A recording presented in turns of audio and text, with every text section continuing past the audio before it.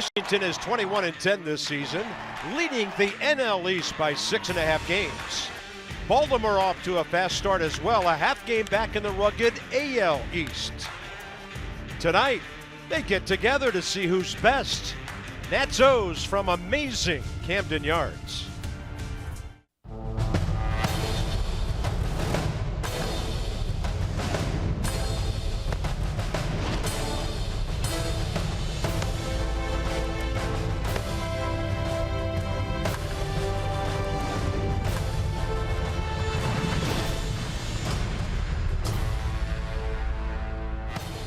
Well, it's here for 2017, the Battle of the Beltways. It starts in Baltimore with the Nats and the Orioles. Yeah, a lot of split families, split friendships, split neighborhoods. We love it. It's one of the most unique things in all of Major League Baseball. The Yankees, the Nats, the Orioles, the Astros, the Rockies, teams with 20 wins or more, and these two are right in the middle of it. Bob and FP, we always love coming to Camden Yards. It's kind of a feel-good thing. It's a true baseball experience. And I'll tell you about true baseball. It's having Bryce Harper back in the lineup. The Nats almost swept without him in Philadelphia. Yeah, nice to have him back in there. What he's doing so far this year, Dusty Baker has a lot of balance in his lineup tonight. When you look at the lineup, right, left, right, left, right, left. Bryce first in major leagues in on-base percentage, first in runs scored, first in walks. So it's nice to have him back in there as you see him get loose right now for this one, get that growing loose. A nice night here. And then Ryan Zimmerman, what he's been doing, hitting 13 straight. Look at 24 games. His average is ridiculous. The 5 home runs, the 4 RBIs in this ballpark. 13 straight. He's hit in multiple hit games, 6 in a row. So, I mean, he's just locked in. This lineup has 9 hitters in it tonight. It's going to be tough for Kevin Gausman. He's got his work cut out for him. Yeah, the Nats are really like an American League team with this long lineup and power up or down. Trey Turner, by the way, is not starting tonight. Wilmer Defoe in his place. Manny Machado, how's this guy hitting 237? Well, the answer is over the last week and a half, he has really elevated his game, and he always seems to hit the Nats pretty well. Yeah, he's got a 4-game hitting streak. He's 6 for his last 16, 2 home runs, 5 RBIs. He's homered in 4 of his last 7. He loves to hit against the Nats, so look out for Manny Machado tonight. Manny Machado will be facing Gio Gonzalez, so will his teammates, and Gio's been great. ERA best in the National League. Opponent's batting average is low. Like Gausman, he will have his work cut out for him against a power-packed Baltimore lineup. Here we go with the Battle of the Beltways.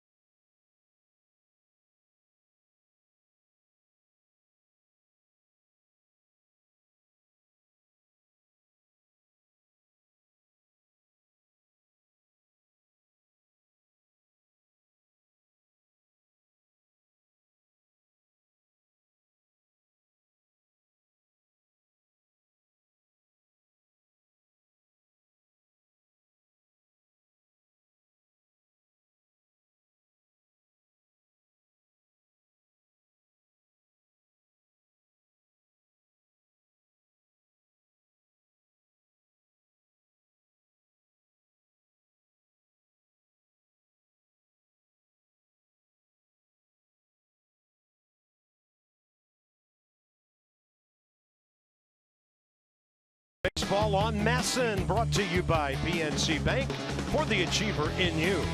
By the Lexus RX, featuring a pre-collision system with pedestrian detection standard. And by Ocean City, Maryland. Put your vacation days to good use in Ocean City. Book now at OCOcean.com. Well, near the Inner Harbor, a lot of Nats fans are here, a lot of them over on the third base side. Getting ready for this one. It is a cool night. Humidity way down. Breeze is not blowing a whole lot, pretty comfortable at 61, and the ballpark shrouded in shade right now as we introduce the Nats lineup. 285, best batting average in all of baseball. Ryan Zimmerman, 26 hits during his 13-game streak. He keeps piling up the multi-hit games. Bryce Harper's back in front of him tonight, so power pack lineup. Adam Lind, the DH, batting 7th, Wieters and Taylor. And we're expecting a very warm greeting by the Orioles fans for Matt Wieters, first time he comes up. 26-year-old Kevin Gausman, 2-1 career against the Nats.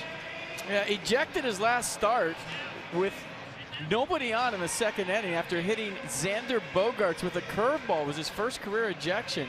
He's 0-1 at home this year with a 6.46 ERA in 3 starts, so hasn't pitched well at Camden Yards. Fastball, slider, curveball split. The fastball averaging 95 miles an hour.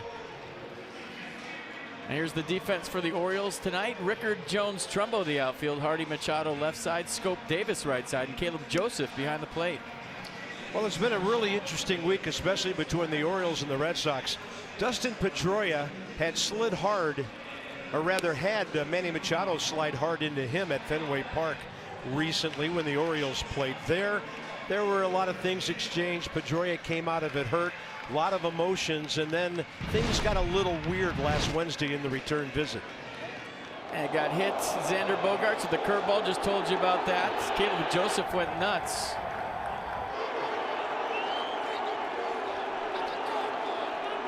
You can almost hear it, right? Turn up your TV a little bit. Buck Showalter went out there. Manny Machado got thrown at 5 times after sliding hard into Dustin Pedroia here at Orioles Park at Camden Yards. It was a clean slide. They kind of buried the hatchet, but apparently the Red Sox wanted to hit Manny 5 times after that. Wow. Well, here we go. 7:08. Kevin Gausman to Wilmer Depot, who's in the leadoff spot tonight, hitting .204. Facing Gausman for the first time, and it gets a fastball that he fouls off to the left side.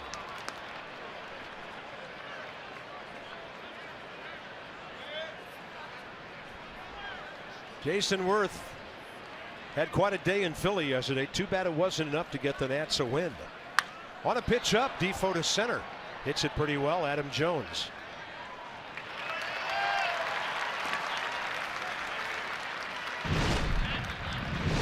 Jason Worth yesterday, a couple home runs. Right center first time up. And then this big bomb to left.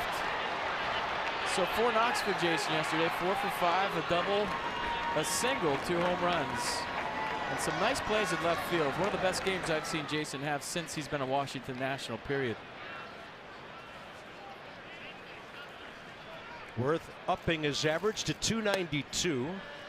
And against Gausman, 1 for 3 career with a run batted in, couple of walks.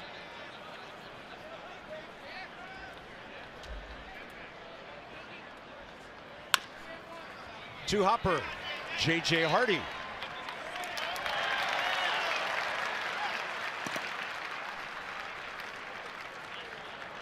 Bryce didn't get booed during pregame.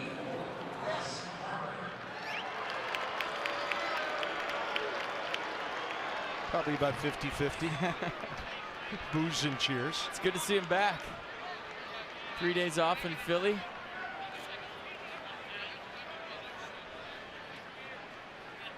And that's almost able to sweep without him. Batting average at .376. Still 3rd in the league. First in that amazing on-base percentage of .504. Couple of career hits against Gausman.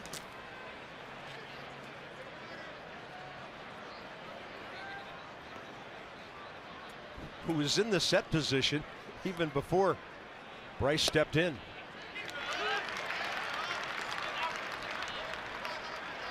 Bryce one-hopped the warehouse a few times in batting practice today.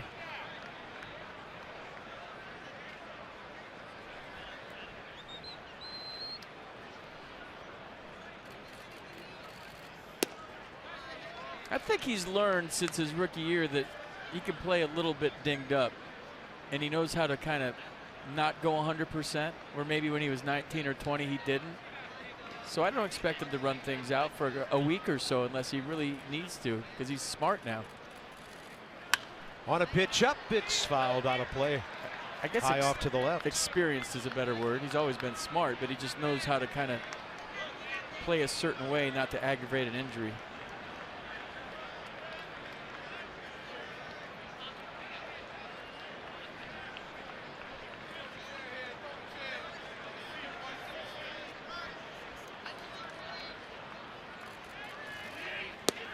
That's a changeup that he really turned over on him. Fly ball, grounder, strikeout, and a 1-2-3 for Gausman. Now it's Gio's turn to go to work.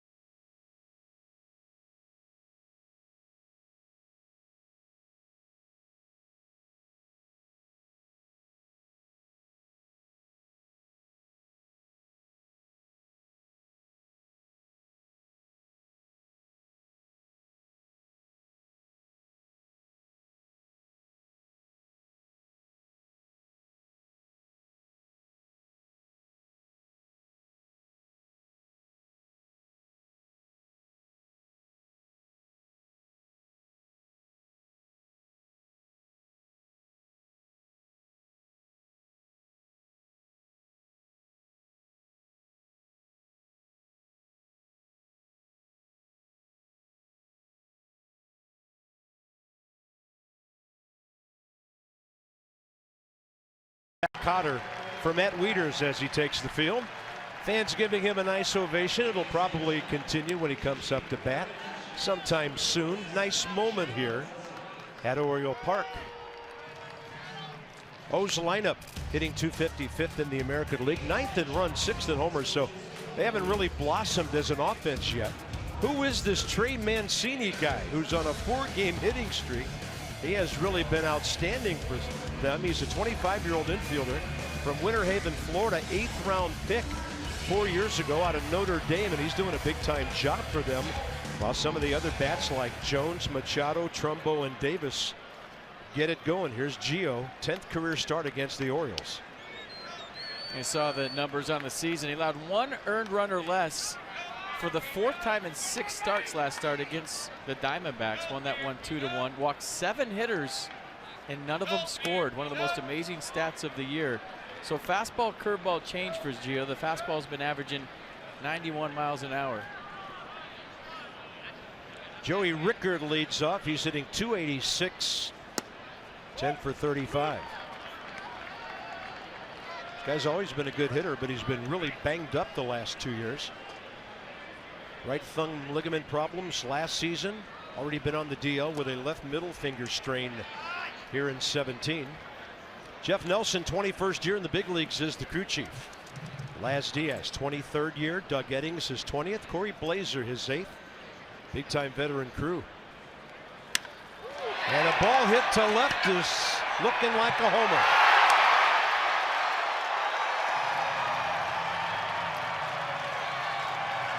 That's Joey Rickard's first of the year and the 6th of his big league career.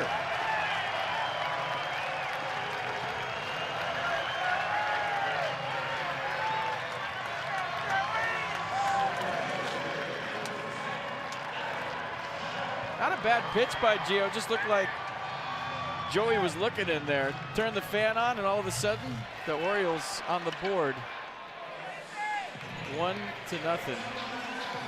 Their 37th homer of the year. The Nats have now given up 41 home runs. Adam Jones is next, the center fielder.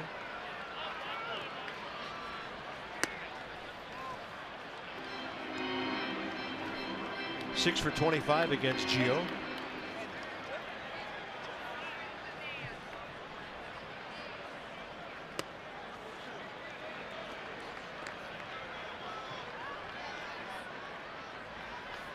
You know, Joey Rickard's at bat reminds me of every series here at Camden Yards between these two teams. Slow roll at third base. Rendon with the glove. Got to be quick, and he played it perfectly. How so? Well, I think Francis Scott Key wrote the national anthem watching the Orioles play here in the summer. I mean, the ball just flies out of this ballpark. And there's taters everywhere. As you look at Anthony Rendon on the sweet play, Adam Jones can run. So, I mean, how good has Anthony Rendon been at the plate and at third base? Here's Manny Machado. 4-game hitting streak. 6 for his last 16. And a whole lot better over the last week and a half to get off the interstate and on his way up. Hitting .237 at the moment, and against Gio career. 4 for 10 with 3 walks. Gio is 1 for 5, or 1 and 5 career, with a .388 against Baltimore. 1 and 2 in this ballpark.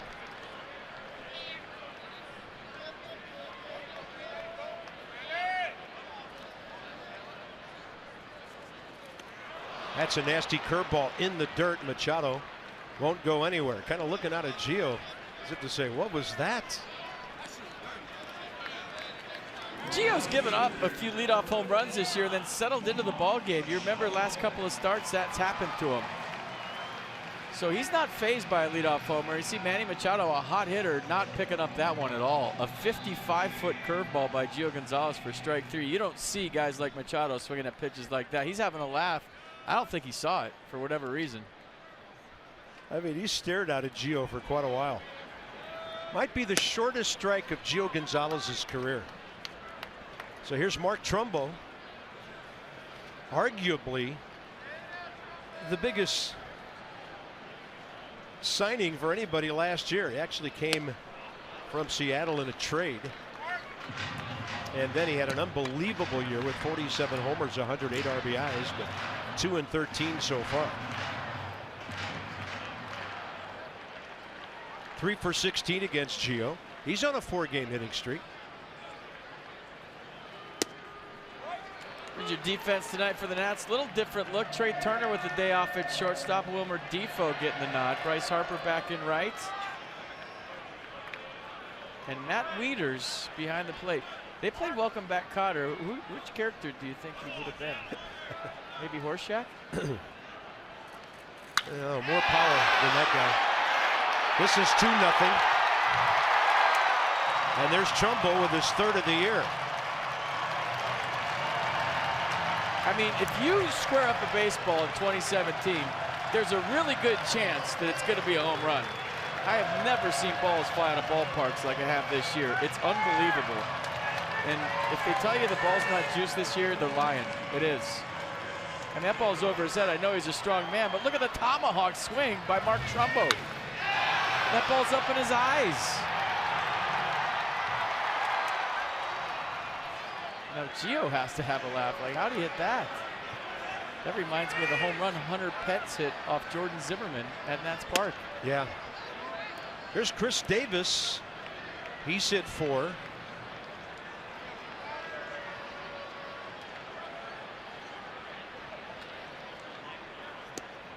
Curveball, a good one to the outside edge. Gio pitched in the American League for a long time. He knows that 2 runs ain't going to win this game.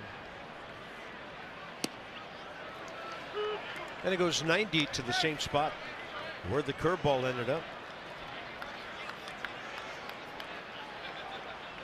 Pretty good against lefties, 282. So Davis, the big slugger, has really struggled against right-handed pitching. career numbers.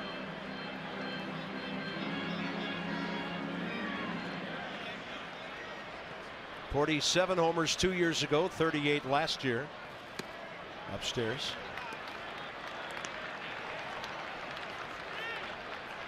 Well, a lot of people talking about the baseball. Trey Mancini, the DH, waiting.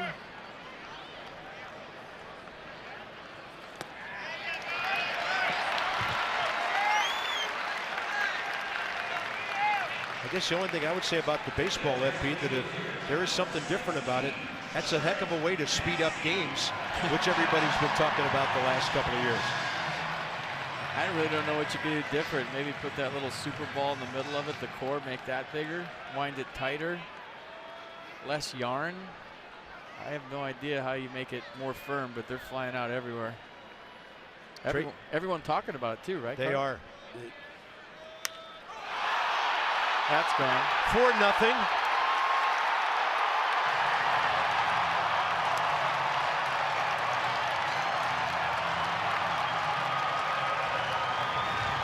I mean, there's no such thing as fly ball outs in this ballpark. You hit it in the air, it's over.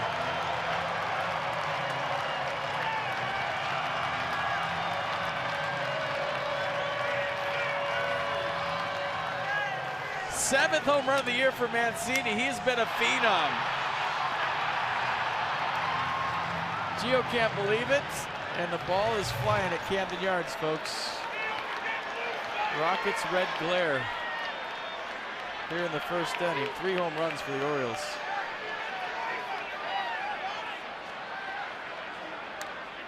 Heads up Fort McHenry. Well, it should be flying for both teams, so we'll look for the Nats to make some solid contact here. 3 homers, a walk, and a 4-run first for Baltimore. Jonathan Scope, the hitter.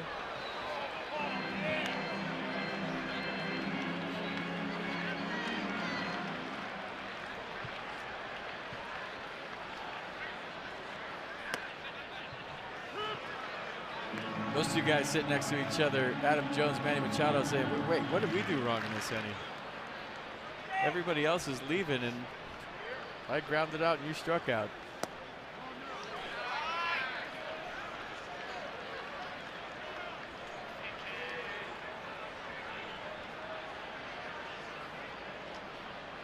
Happiest 0-for-1 guys in baseball right there. They love the game, both of them. That ball hit hard to short. Wilmer Defoe has it. Rough first inning for Gio. Ryden Zimmerman coming up on a 13-game hitting streak. Murphy and Rendon to follow.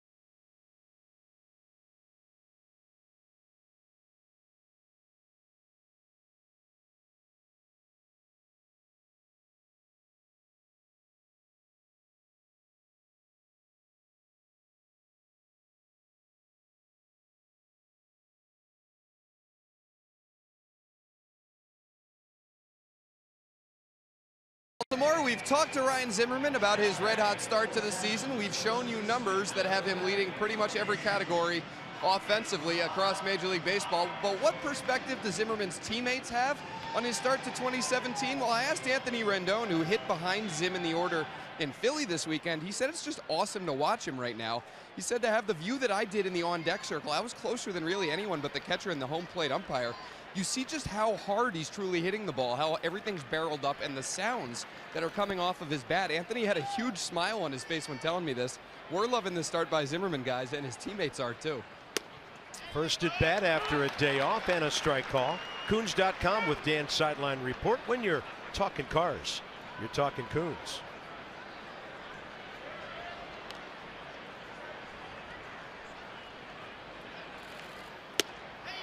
Pretty good location by Gausman to the outer half.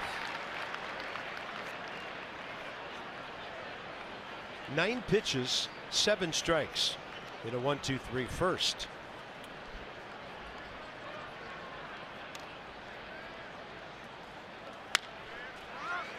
The ball was close enough on 0-2 to be swinging, and Ryan Zimmerman makes Chris Davis get to the bag a little quicker than he wanted to. 4 in a row. Murphy and Rendon the next 2.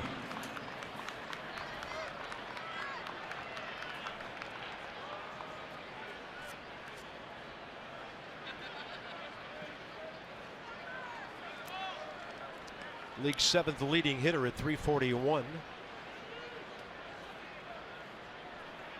And over his last 12 games, 396.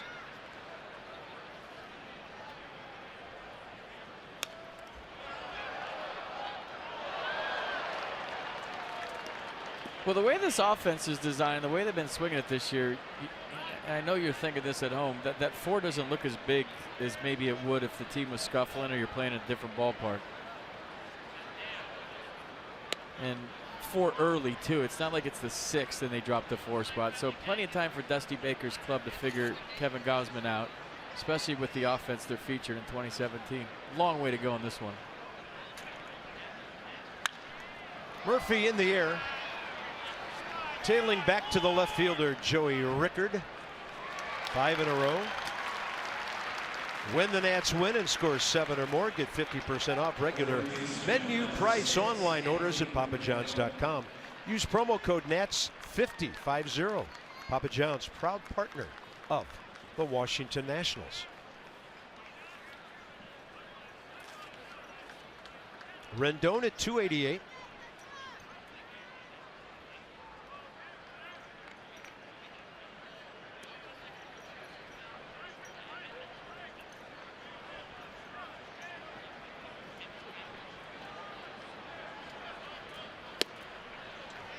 Tell you what, the Nats had a hitting group today of Jason Worth, Bryce Harper, Ryan Zimmerman, and Anthony Rendon, and they were putting on a show. And I was joking with Rick Shue, is there a better hitting group in baseball than these 4 right now?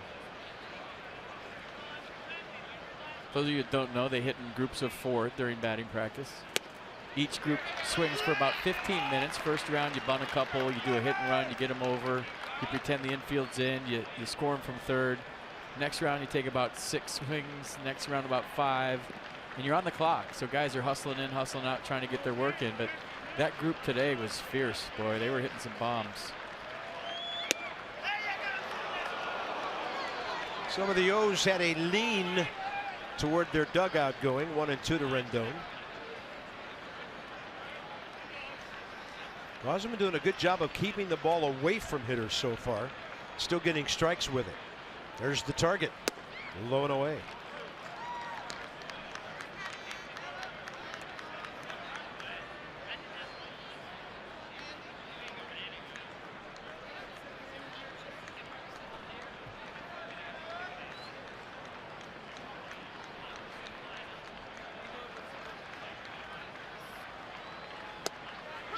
Gonna ring him up on a pitch that could have gone either way. Rendon, a wry smile on the call by Jeff Nelson. Gausman doesn't look like he has a 7.5 ERA.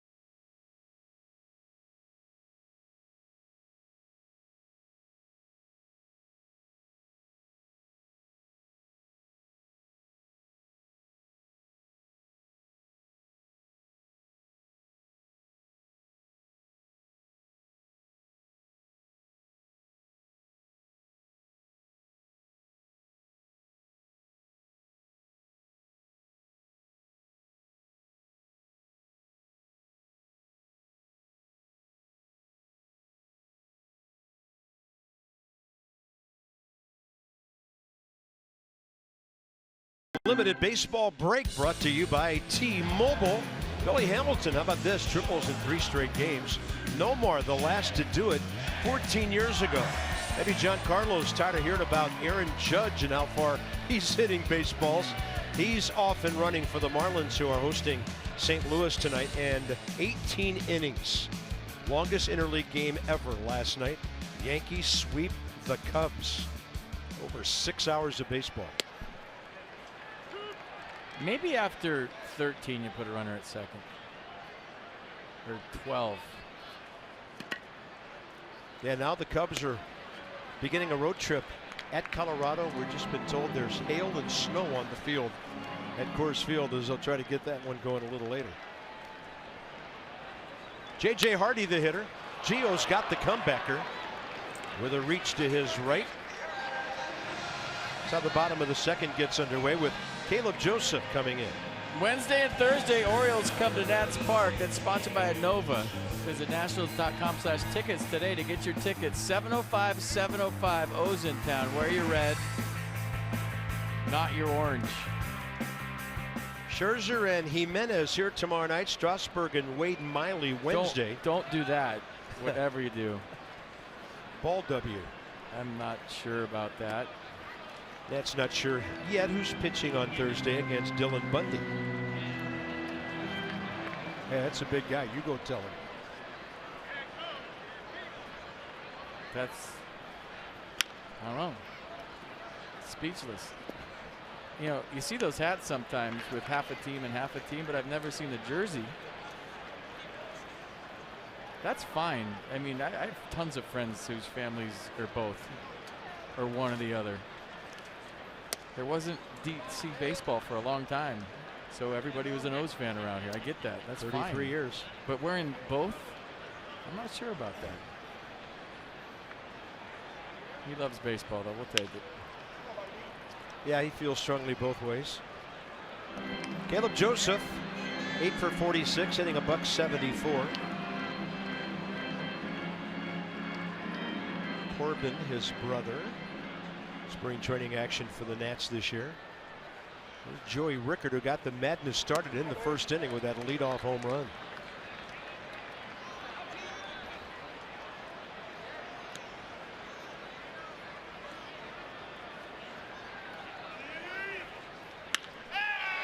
Changed up away, and he went out and got it.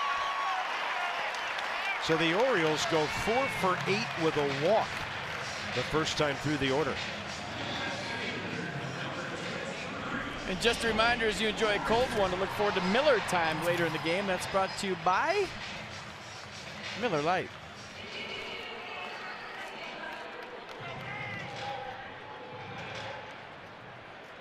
So Joey Rickard has always been a good hitter. 283 in 4 minor league seasons. Another one of those Vegas kids out of Bishop Gorman High School. Went on to the University of Arizona.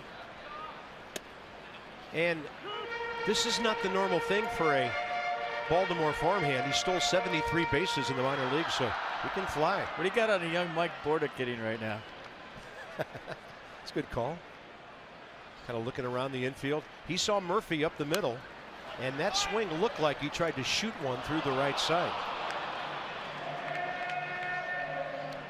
He'll have a birthday later this month. He'll be 26, 6'1", 185. And they got him in a Rule 5 draft pick from Tampa Bay. There's the real Mike Bordick.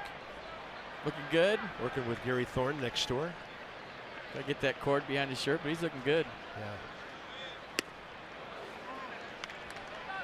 1-2.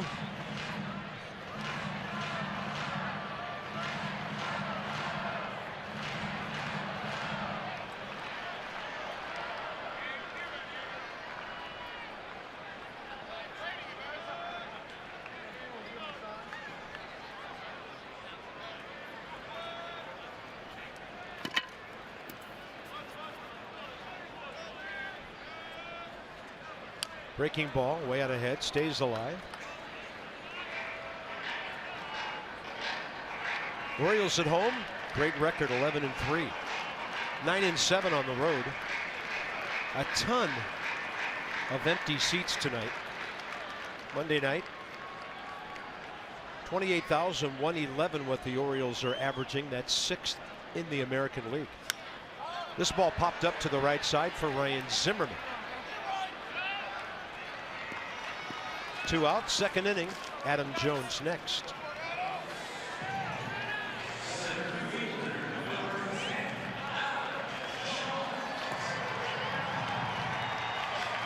Bouncer down the third baseline first time, and Anthony Rendon made a fine running straight in play to throw him out.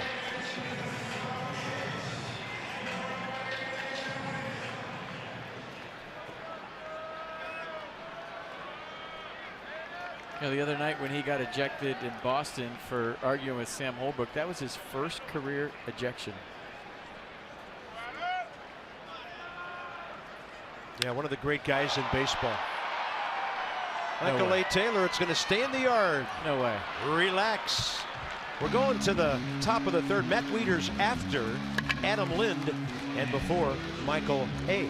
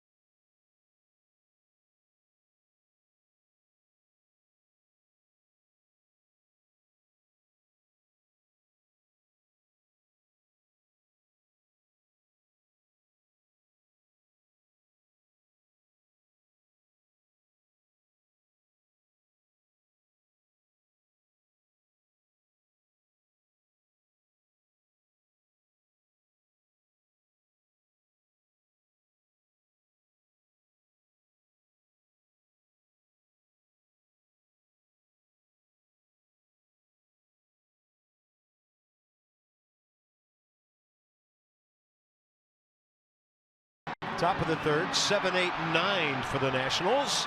We're in the American League ballpark, so there's a DH. It's Adam Lind. Played here a lot with Toronto. And then Matt Wieters played here a lot with Baltimore. And then Michael A., who's played here some with the Nats. It's all brought to you by Freight Rail Works. Matt Wieters popped out of the dugout to run out to the bullpen to warm up Gio today, and he got a standing ovation. It's pretty cool. Sure, get a loud one here in a minute. 75 on the curve to Lind, who's 3 for 9 career against Kevin Gausman. First 2 innings, this guy's been great. 20 pitches, 15 strikes. Lind had a big time rip. I think we should call Adam Lind the Colonel. Be a good nickname with his beard, right? That's a cool nickname on top of it. 10 for 32 in 19 games. Target in. He'll fight it off. Got a good swing. I love his swing. Does not get cheated.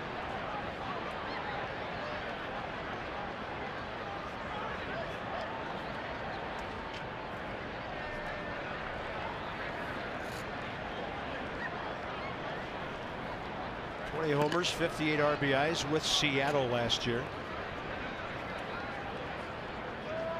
And the shift is on. Jonathan Scope way out there in right field.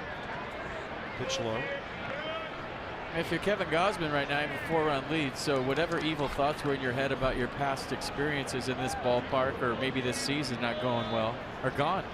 He could be free and easy now and just throw to a target and not worry about being perfect. So you're going to see better stuff from Gausman just because the Orioles put a 4 spot up at the first.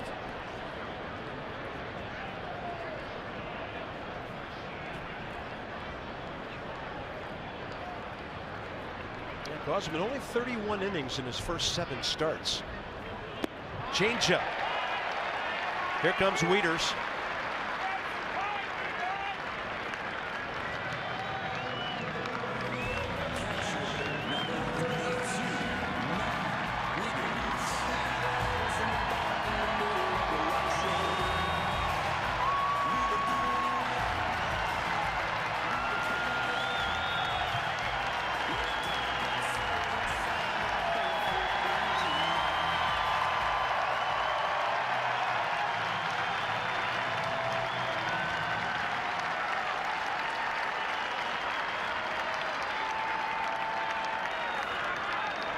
That was cool. Yep. And hitting .274 with the Nats. Foul ball.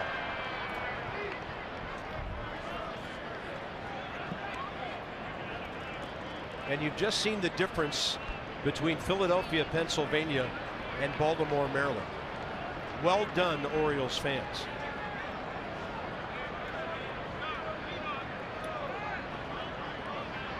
Yeah, that ain't happening for Jason Worth.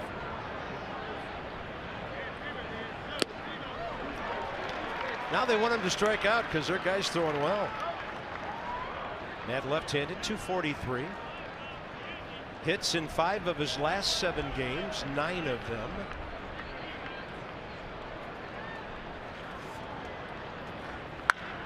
Solidly hit into the shift, and J.J. Hardy able to make that play. J.J. Hardy and Matt Wieters used to be friends. That was going to split the shift. I mean, it was ticketed for right center field. Look at the play by J.J. Hardy. To a knee. Good throw all the way in the air. Look at the effort by the Orioles shortstop on the second base side. Nice play. Orioles 4th in the American League in team defense. Here's Michael A. Taylor. Coming off a rough series in Philly. 1 for 15 in that set, but he's still 10 for his last 33.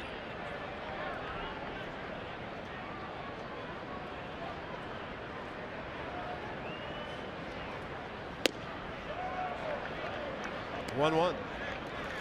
Gausman just staying away from all the right-handers. Nothing to pull yet.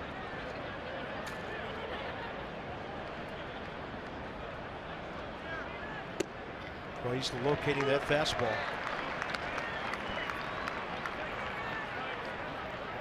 Doesn't have a worry in the world. He can give up a tater. It's 4-0. He's out there free and easy being an athlete. Yeah, now with 2 strikes, Scope moves over. They were in a modified shift.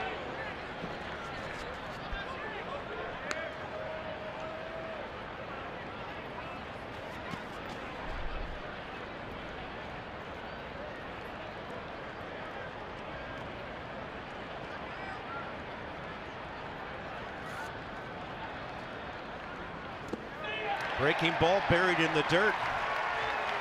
9 in a row with 4 strikeouts for Kevin Gausman to start his night.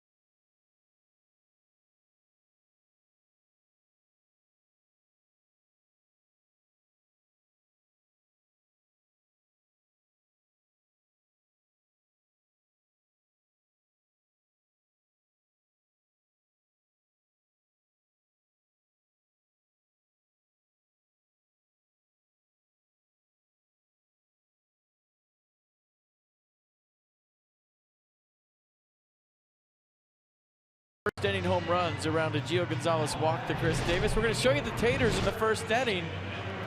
First it was Joey Rickard, then Tommy Hawkins,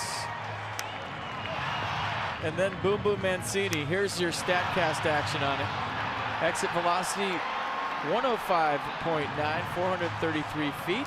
StatCast is being brought to you by Amazon Web Services. I feel like if Gio settles down and keeps it 4-0, he has a chance, even though Kevin Gausman looks tough so far. Here's Manny Machado. Gio got him on a strikeout first time. This time a little bouncer in front of the mound. So he's retired. 5 of the last 6 batters.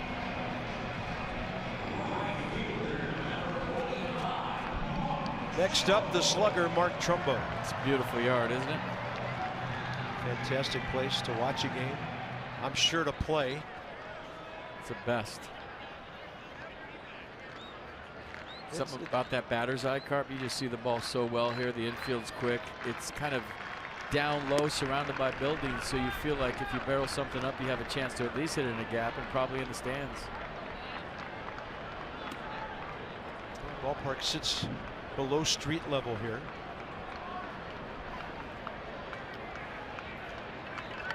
The 2000th game in this yard was played yesterday. To center, Michael A. Taylor. Guys swinging early against Gio so far.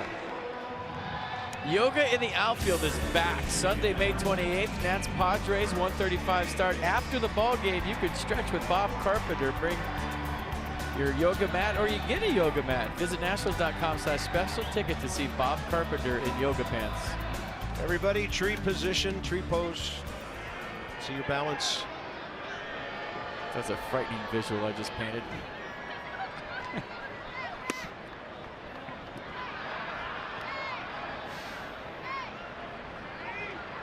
Going full sleeves, regular warm-up outfit. Thank you. Nothing outrageous. No tight Lululemon pants. No. Good. That's Murphy in right field. 3 innings in the scorebook. It's all O's on 3 home runs, 4-0.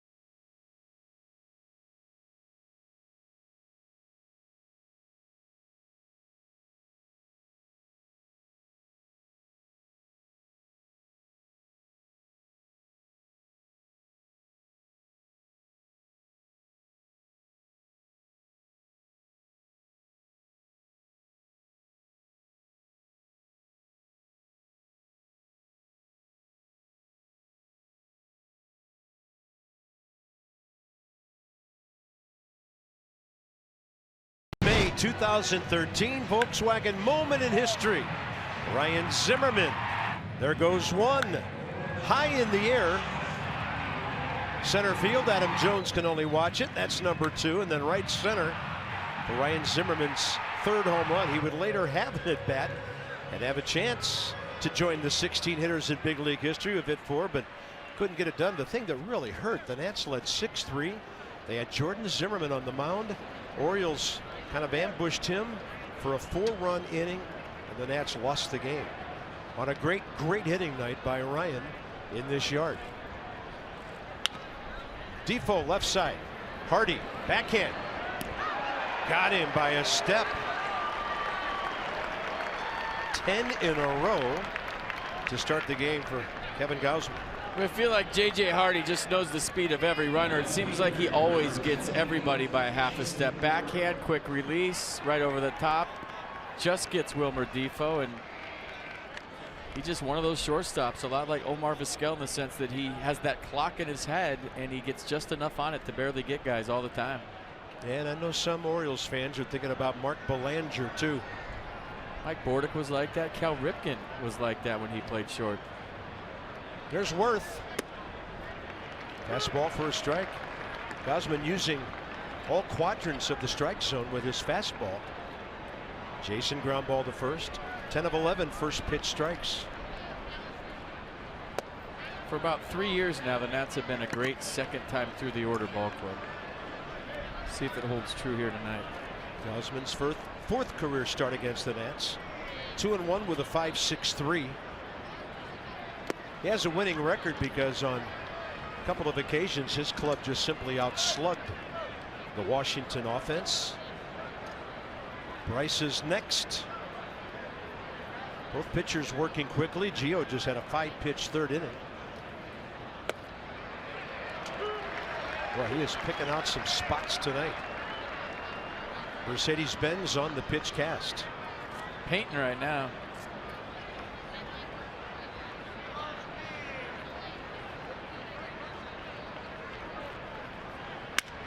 And Worth gets jammed and drops one into center field.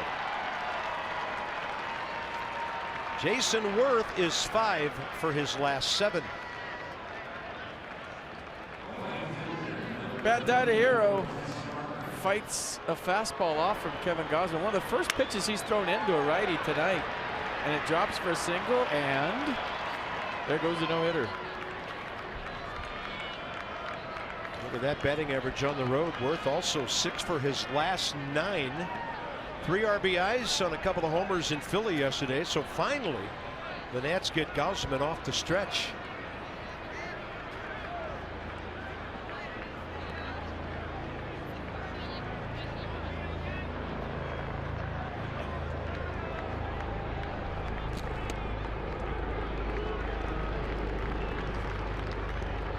A bunch of people waiting for a baseball out there, and right, check it out. Utah Street.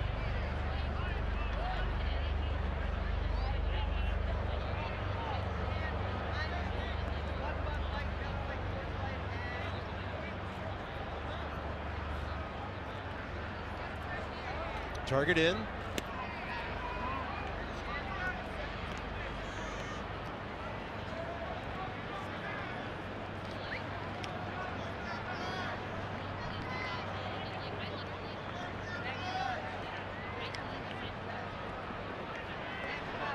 That should take a second for Bryce to get his timing back. 3 days off is a lot.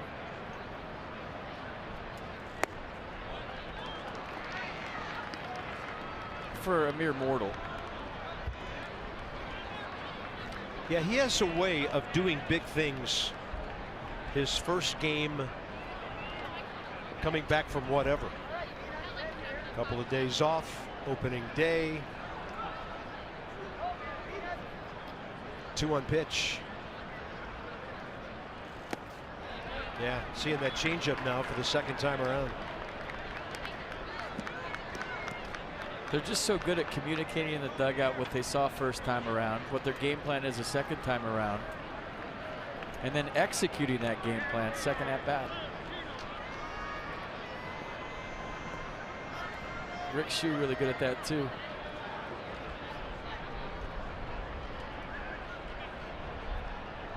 Shift on, hitters count. Out of play left side.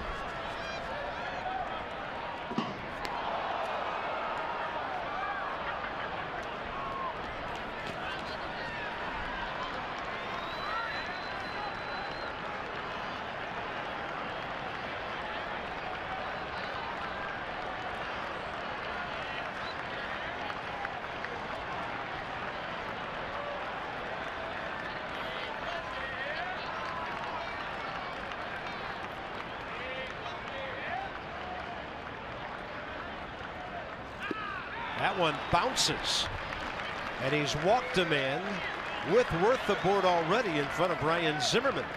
So Friday and Saturday in Philadelphia was the Ryan Zimmerman show. It's been the Ryan Zimmerman show all season. What am I talking about? Right center field, gone. Dick Bavetta, former NBA ref, gave up that one. And then this one to left. That was a bomb. So Ryan locked in, and he could make this a ball game in one swing, folks, right here, right now. Yeah, 5 out of 9 in that series, 2 homers, 4 RBIs, and that's sitting out game 3. Against Gausman, 1 for 5 career.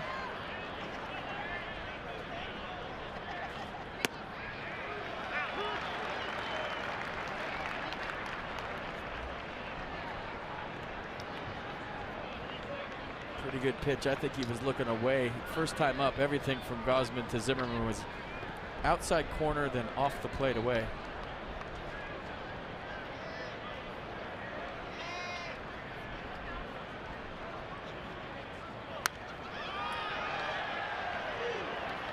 Let's go inside the numbers, brought to you by Jeep. 13 homers or more, 400 batting average or more in your first 30 games. And look at the list. Hamilton, 5 years ago, the most recent. Willie Say-Hey Mays back in '64, and Mickey Mantle.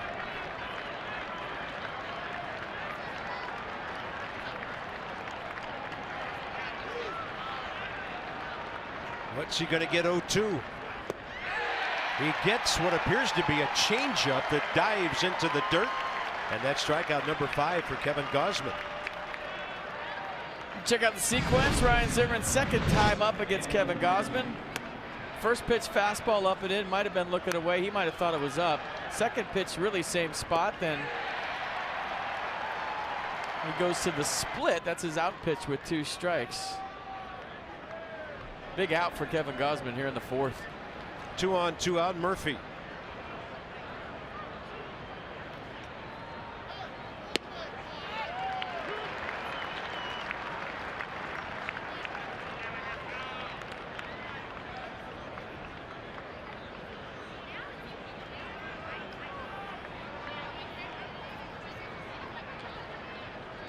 Fly ball to left first time.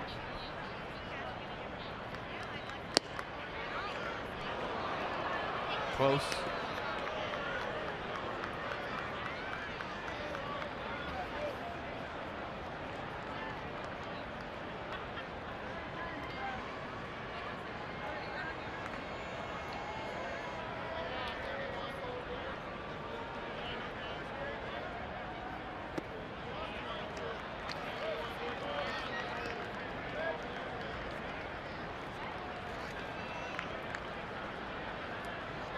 Looking for something to drive, something to pull. Doesn't look like Gausman wants to give him anything to lift to right.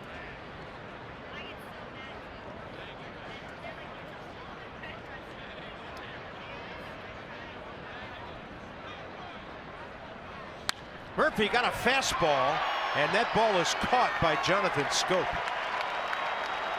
Nationals strand their first 2 runners. 4th inning of Nationals baseball, brought to you by the all-wheel drive RAV4 Toyota. What drives you? Visit buyatoyota.com for great deals.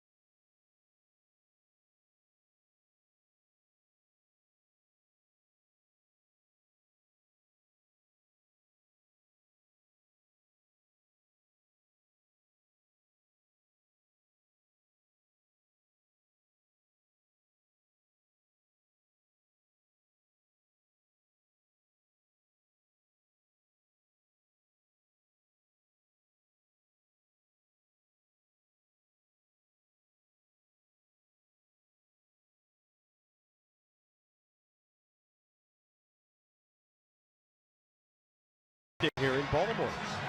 Wind has died down from this afternoon. And for the Orioles, 6, 7, 8, Mancini, Scope, and Hardy. Bottom of the fourth. First pitch swinging high in the air. Ball coming right to Michael A. Taylor. 8 of 9. I'm getting ambushed on this one right here. It's time for the Beltway Series Trivia Scramble. The Nats played the Orioles for the first time in interleague play in 2006. Who managed the Nationals? Unscramble the answer and text 29292 for your chance to win a meet and greet with Trey Turner, brought to you by the University of Maryland, University College. That's Nonsbury, the No idea. old manager of the Nats. Skipper Nonsbury. No idea who that could be. Totally ambushed by that. Jonathan Scope, the hitter.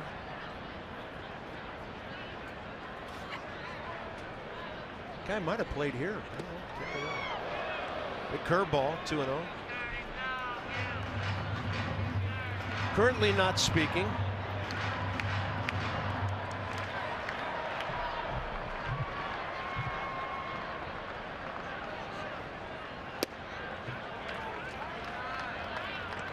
Do you have the, I mean, you always answer trivia questions. You know. His first name was Knarf. The one I'd like to see them try to make hard is Acta. His first name was Knarf. His last name was Norbert Robbins. Yeah, might have played. Oh yeah, got a statue. Yeah, that's right. 3-2. They could make Manny Acta hard. They are really good.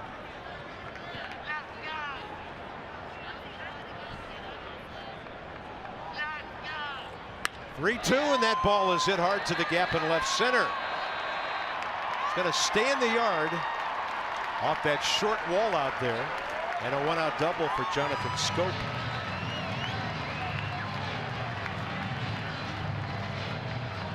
You know, Gio's been up tonight with most of his pitches. We haven't seen this from him. You see that fastball right there, belt high. That's where the homers were going, except for the one to Trumbo. That was up around the letters. So trying to get that ball down. Trying to get past a rough first inning, hoping his offense can bail him out.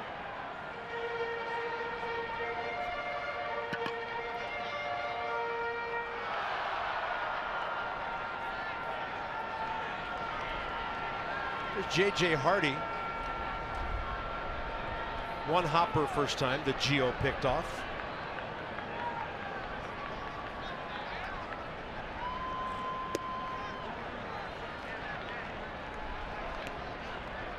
And Gio came in with the best ERA in the National League at 1.64. Keeping the ball down in his first 6 starts.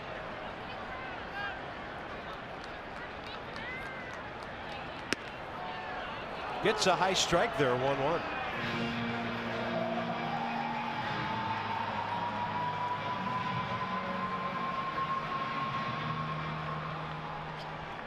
Well, he doesn't want to get high strikes. He's looking for the knees, trying to lower his sights, get some ground balls.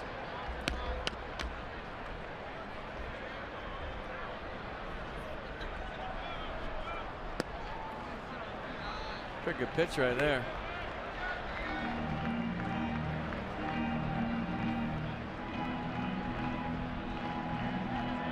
Jay Hardy, 13th year in the big leagues.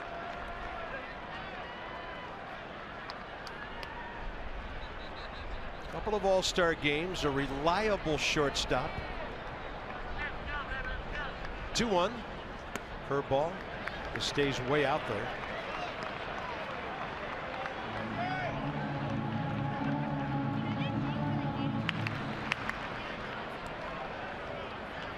And there's Caleb Joseph, the catcher, batting 9th.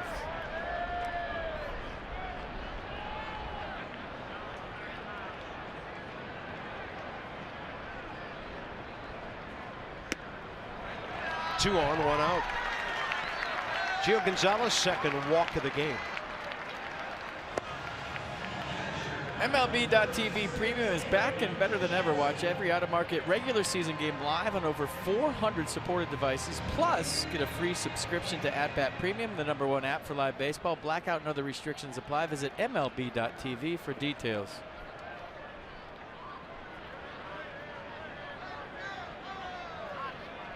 Caleb Joseph base hit first time.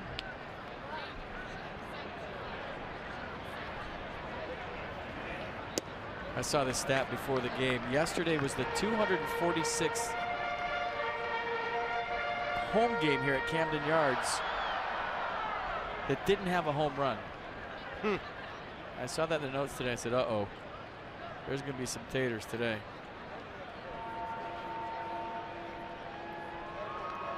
And they just swept the White Sox. So the Orioles playing real well in their own ballpark, coming off a 3-game weekend sweep against Chicago. Yeah, they've won 4 in a row overall. Half game back of the Yankees, who are 20-9. 11-3 in this ballpark. That's the second best record in the AL.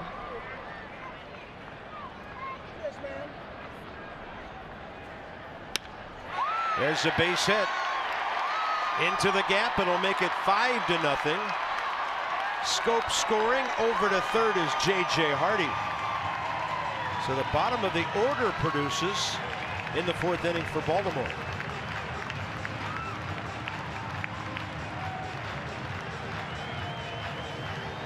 Number 9 hitter, 2 for 2. Location of the pitch. Looked like he got it down. Caleb just sitting on a fastball and got it.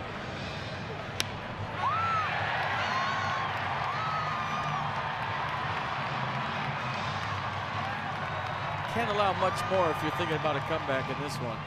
See the bullpen starting to do some yoga.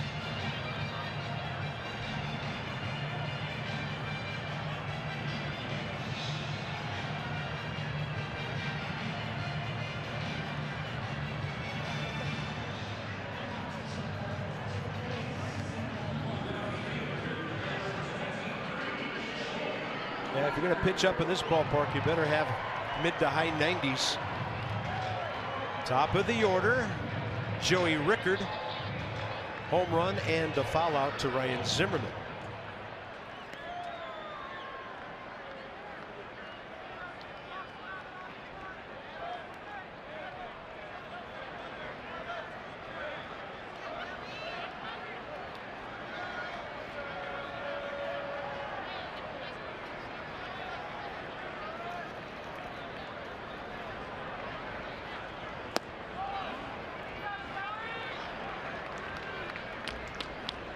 Pitching for that ground ball, trying to keep it 5-0.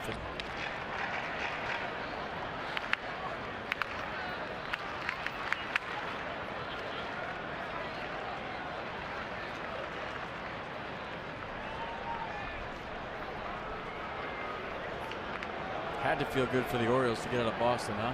All that stuff that happened there.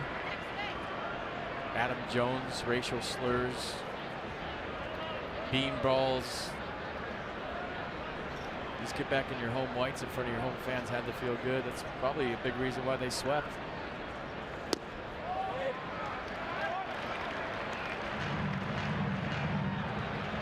One of the best, in my opinion.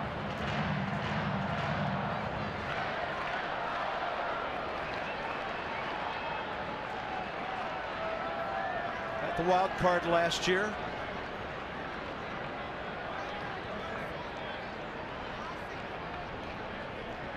2-0 pitch. Yeah, Joey Rickard holds the bat with his top hand. He's got his thumb right along the handle of the bat. This could have went either way, huh? And that's to keep the bat in his fingertips. I don't know that I've seen too many guys with this grip on their top hand. Watch what he does with his thumb.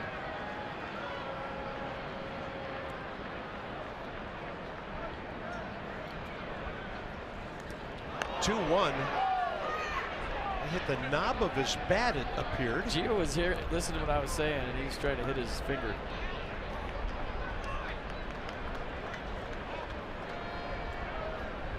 Okay, glancing blow. I think that finger eventually comes down the barrel. He just sets it there for a second and then wraps it around the barrel late.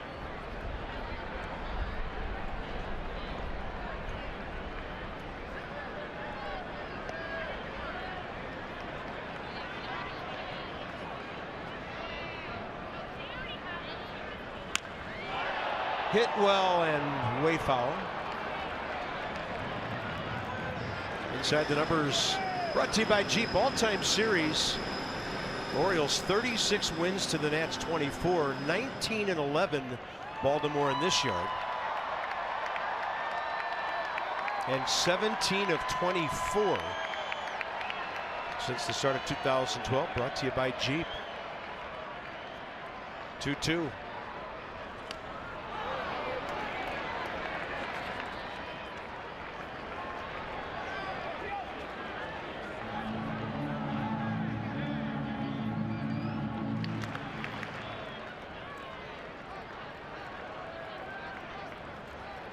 Hardy walked after the scope double. Caleb Joseph with the RBI hit.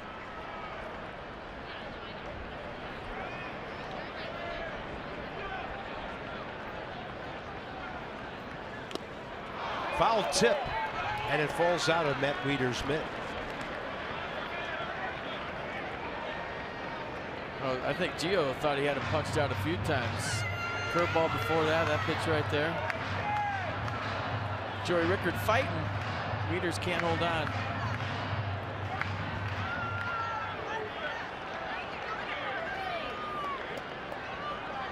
Pitching around the edges of the strike zone here. Going away here, fastball. He wants it down. He wants a double play. Ground ball. Rendon, Murphy, and everybody is safe. As that sidearm throw kind of took off and dove on Daniel Murphy. Hardy scores. It's 6-0. Oh, that was hit hard enough to turn it, I believe, because Anthony Rendon was playing in.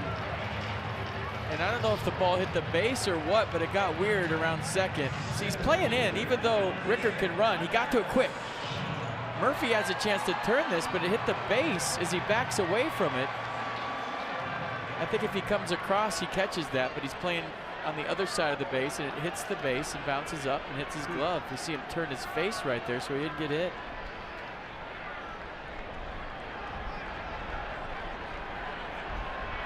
Six nothing, 2 on, 1 out. Adam Jones, the hitter.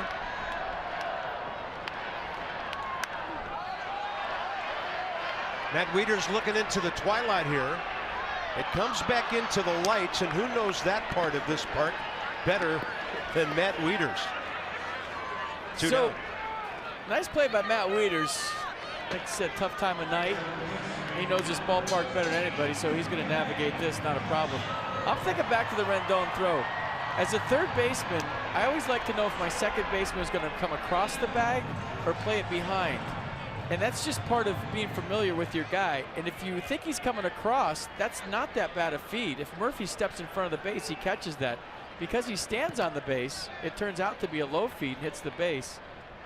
And I think they're both talking about it right now. And they'll talk about it probably when they get back in the dugout a little bit more.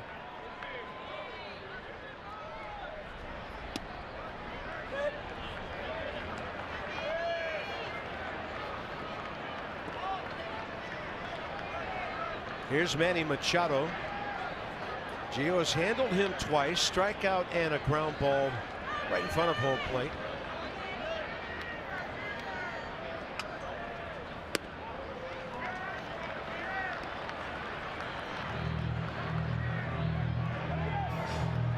Manny hit a 470-foot bomb in Yankee Stadium over everything in center field on the 28th against CC Sabathia. You probably saw it in the highlights.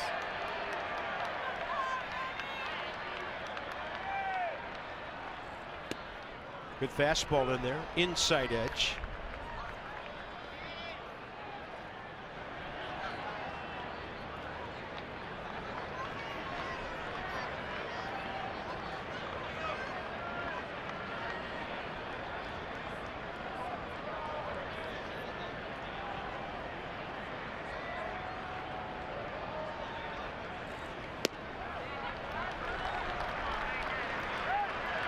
Gotta be careful right here. He's gonna be swinging out of his shoes.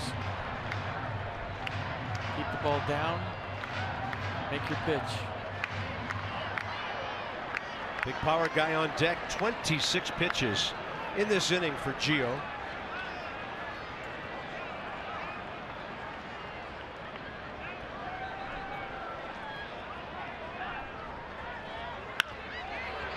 To his right, Wilmer Defoe. Bit of a slip there as he planted, but he makes a very good throw. Machado 0 for 3, but the rest of the Orioles doing damage. Anthony Rendon is coming up 0 for 1 tonight, and our Mazda do-up has hit .341 his last 22 games coming into this one. The hot Rendon straight ahead.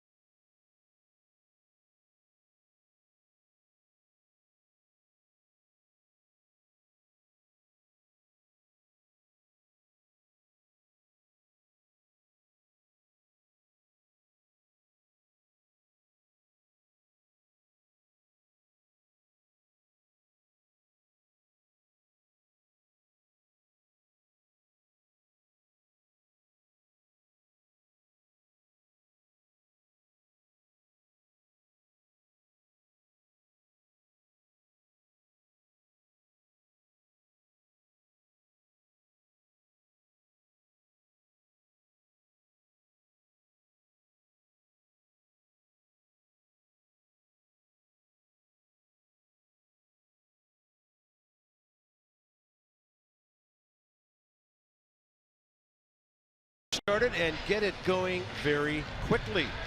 Let's go inside the numbers, brought to you by Jeep. On the road, the Nats are 12-4, plus 27 on the runs, everything adding up offensively. Bullpen ERA is the one thing that sticks out right there. On the negative side, at just under 7 runs a game. You have a lot of friends that are tell me all the time, well, you guys don't need a closer.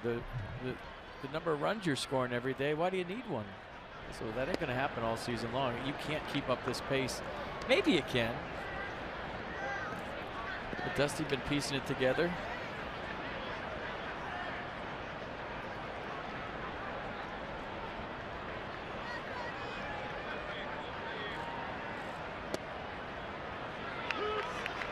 Anthony Rendon seeing a low strike zone again. Struck out on a low fastball, at least in his opinion. First time up to end the second.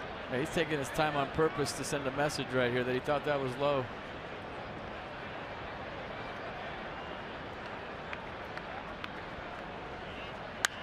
Got a pitch up and he rams it to right. Way over to his left, Mark Trumbo. And Anthony Rendon has an extra base hit. It'll be his 6th double of the year to go with 5 home runs for 11 extra base hits. 6 doubles, 5 home runs. So yeah, Tony Two Bags had to have more doubles than homers, right? Here it is. Nice swing, no stride approach. Finally got something elevated. And the way Gausman's been pitching right-handers, that's what you have to do, right? Think about hitting the ball to right field. He hasn't really given anybody anything to pull.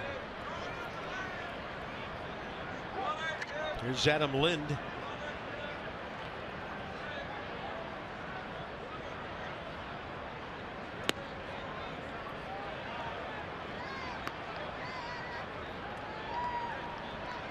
Pretty good numbers with runners in scoring position. 10 RBIs, a good total for a part-time player. 1 week into the 2nd month of the season.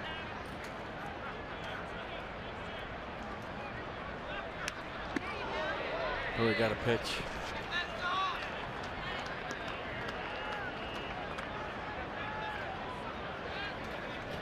Mercedes-Benz pitch cast. He wanted it up and he left it right down the heart of the plate, and a mighty swing by Adam Lind fouls it back just underneath that. Did you see it?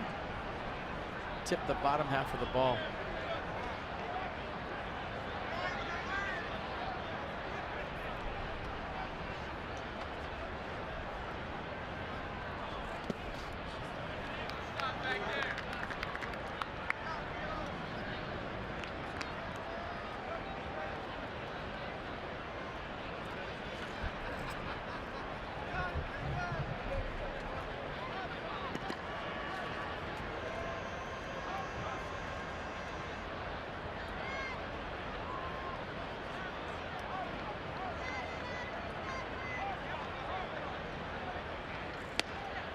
And the fastball taken, 3-1.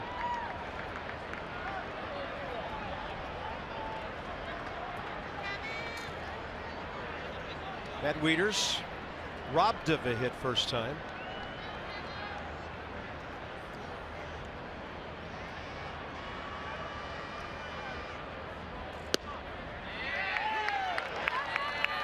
Yeah, he's catching some corners tonight. Well, that's not a pitch you want to offer at 3-1 ever. Pitcher's strike. I don't think Adam Lynn loved it.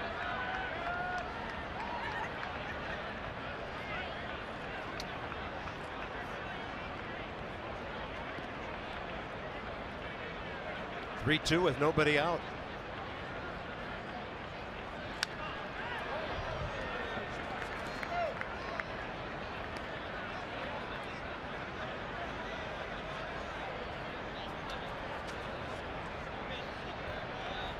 A couple of pitches hit number 2 and number 6 right in his turbo zone. That's why he was shaking his head after that foul ball. He's thinking he should have done something with him, but pretty good hacks.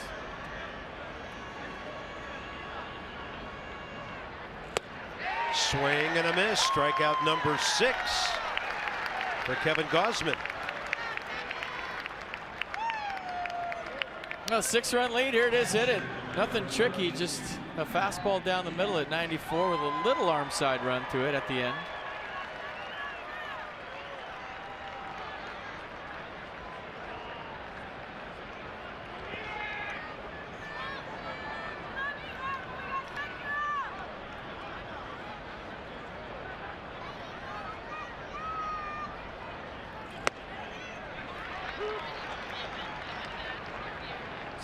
So I have to pitch with a 6-run lead, aggressive.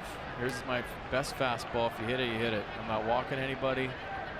I'm not tinkering around with any off speed. I'm going to be super aggressive and fill up the strike zone.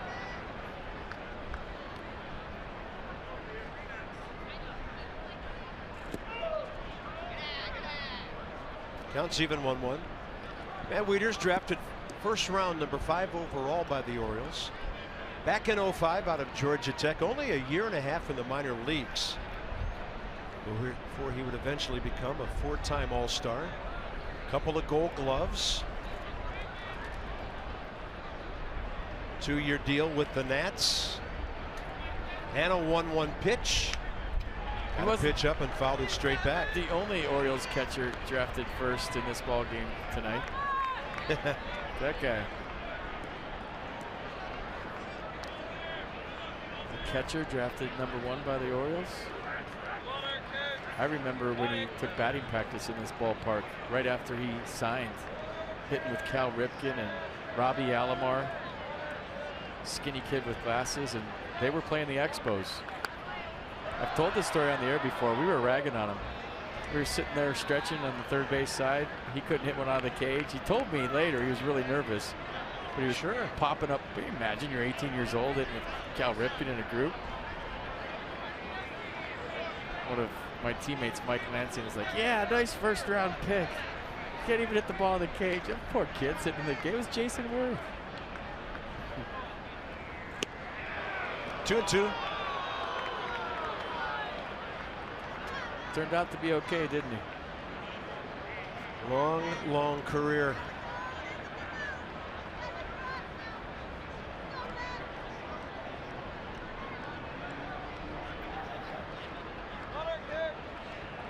Wieters 2-2, able to get up and foul that pitch away.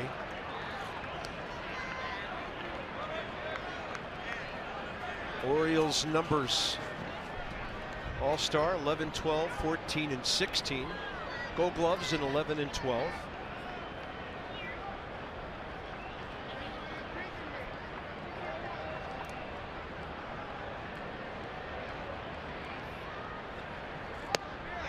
Strike 3 call.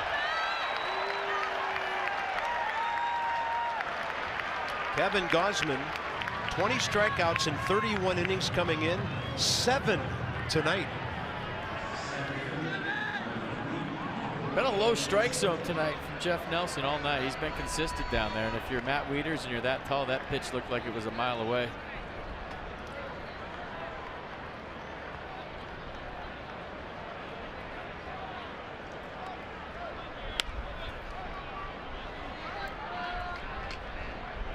Michael A. Taylor struck out swinging first time up.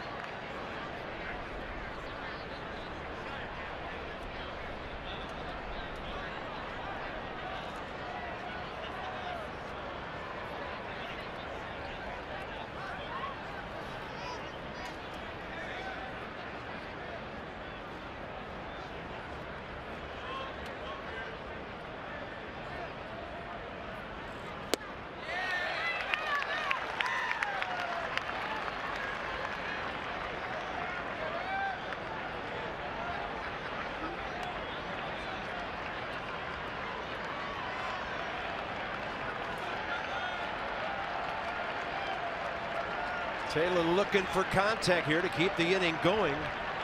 Wilmer Defoe on deck. Rendon still at second. Target way outside.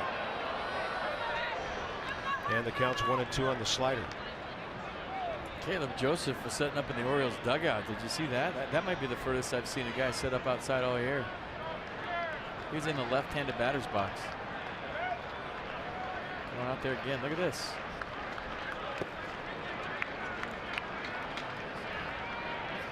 He throws one over the plate. He's going to have to reach way back to his left to catch it.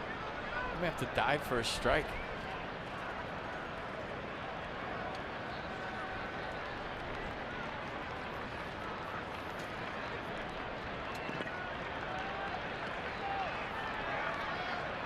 Two-two pitch. Fastball way up.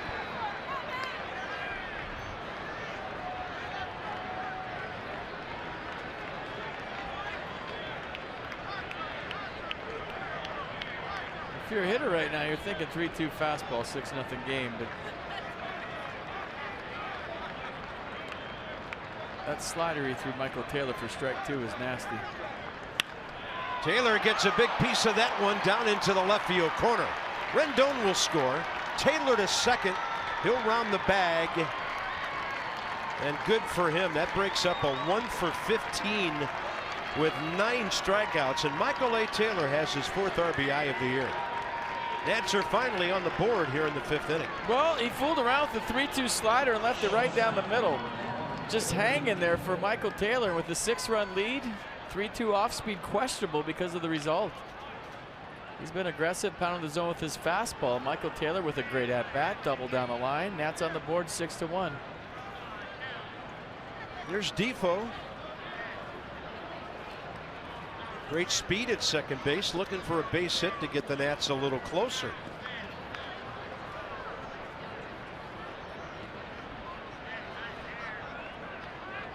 Kevin Gausman stepped off after looking at the big lead that Michael A. is getting. 6-1. He should be concerned about the hitter. That runner on second means nothing.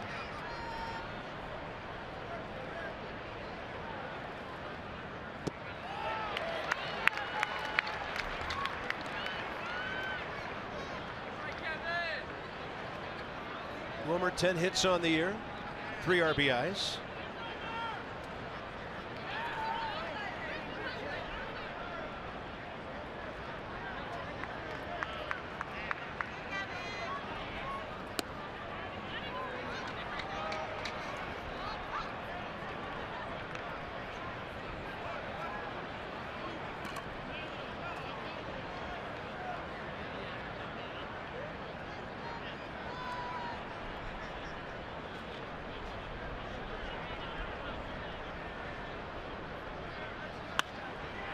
In the air, left field line, and a long run for J.J. Hardy. Picks it off right in front of Joey Rickard. The Nats get bookend doubles from Rendon and Taylor to get on the board here.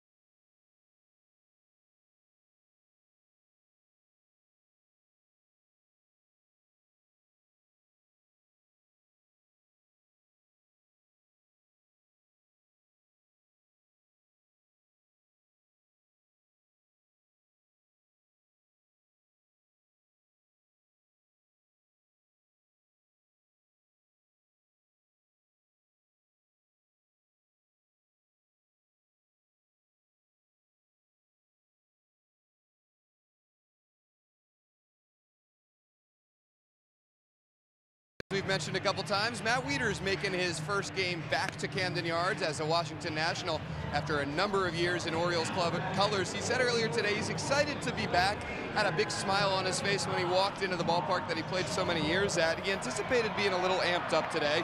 Said every time you do something for the first time you have butterflies, and he played 8 years with the O's.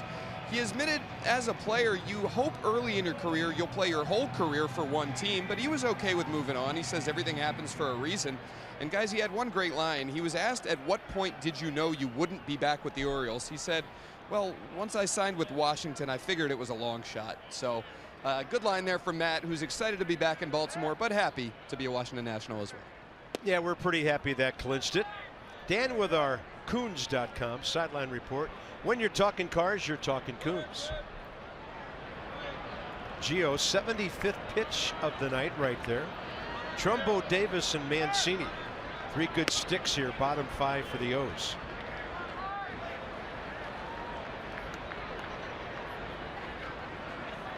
I'm telling you, when you're in the other dugout for the first time, you've been with an organization for a while, you feel like the whole game's Twilight Zone. When he was talking to Jeff Nelson while Dan was doing the report, it was about that strike 3. He thought it was low, and they were just having a nice little conversation about it. He'll be fine tomorrow. Just the first day, just everything's weird. 4-pitch walk. Gio's 3rd of the night. The previous 2 scored. That's how the 5th inning gets underway. Let's go inside the numbers, brought to you by PNC Bank. So average exit velocity on batted balls, the Orioles as a team hit the hardest in baseball. That's not making that top 5. That's surprising. Well, they're hitting 230 as a team, so they must be hitting balls right at people.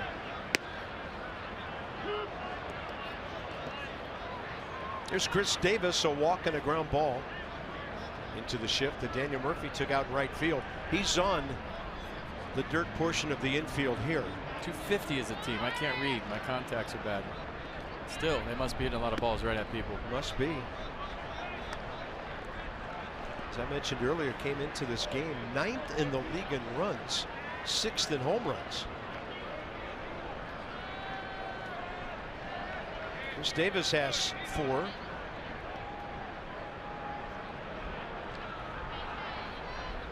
Last minute hop inside by Wieters, and Gio dropped 90 under Davis' bat.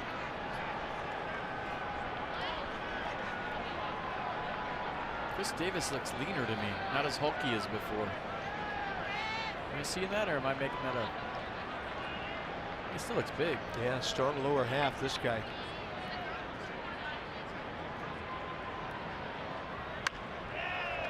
Zimmerman picks it off to Rendon and to Murphy.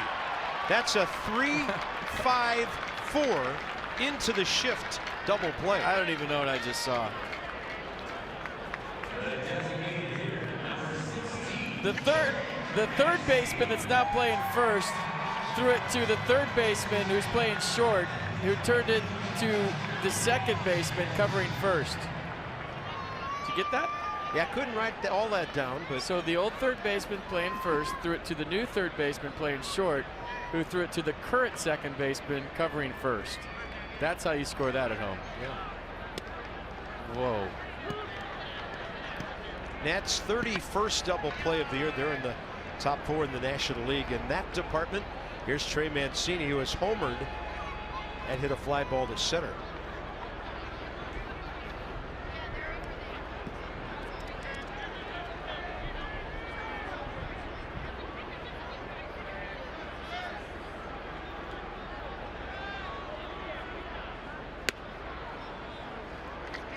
There's certain plays now, I said this before, you need a navigation system to figure them out.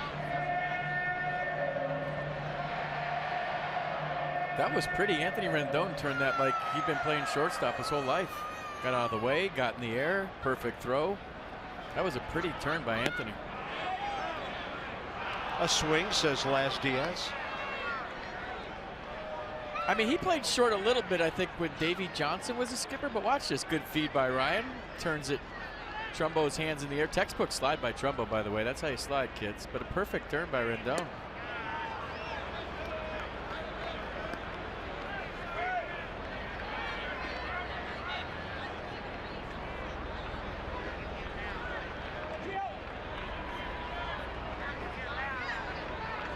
3-2. Curveball in the dirt. Walk number 4. Yeah, that Trumbo slide was right up at the Tom Amansky video for sliding.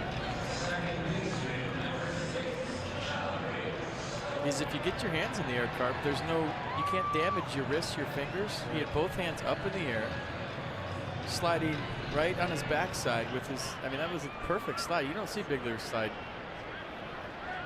Yeah, it was a throwback slide, no doubt about it. Throwback. Here's Jonathan Scope, double last time. Now the Orioles started on their way to those extra 2 runs.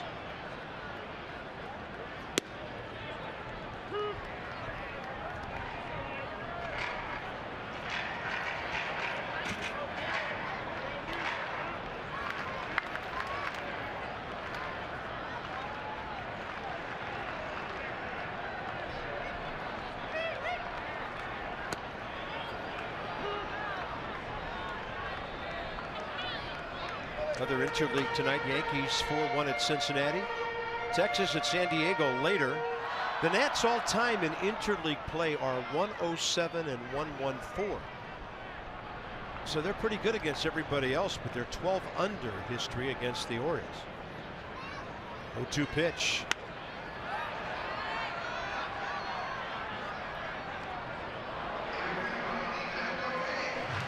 Mets are playing tonight, trailing at home 2-1 to the Giants. 5th inning, and the Marlins are getting hammered at home by St. Louis 7-2. That's by 6.5 over New York, 7.5 over Miami and Philly, and by 9 over the Braves.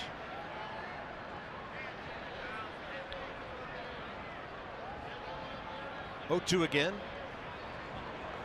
Big curveball. Gio Gonzalez. Second strikeout tonight. Beautiful ballpark. Nice night for baseball. Worth, Harper, Zimmerman coming up.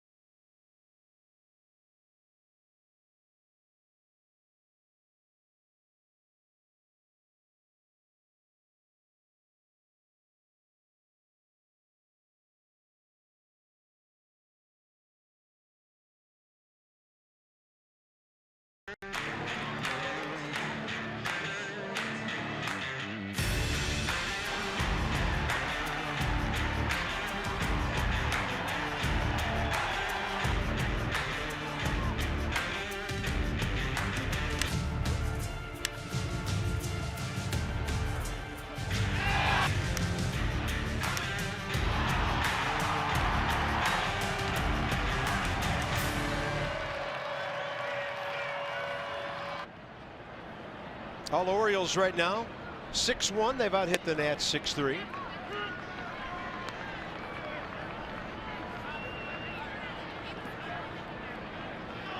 Jason Worth dropped one into left center for a base hit last time up.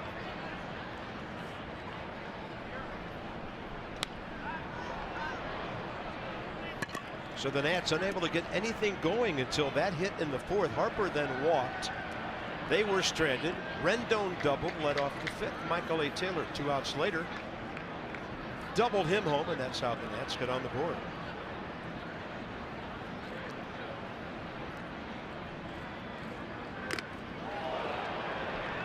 Boy, that thing rattled a couple of guys back there.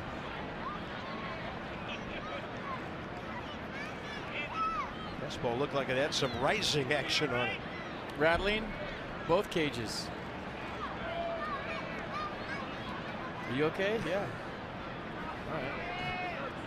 For once, the catcher asked the umpire what day of the week it is. Collateral damage, taking out everybody on a foul ball. 0-2 to Worth, target away.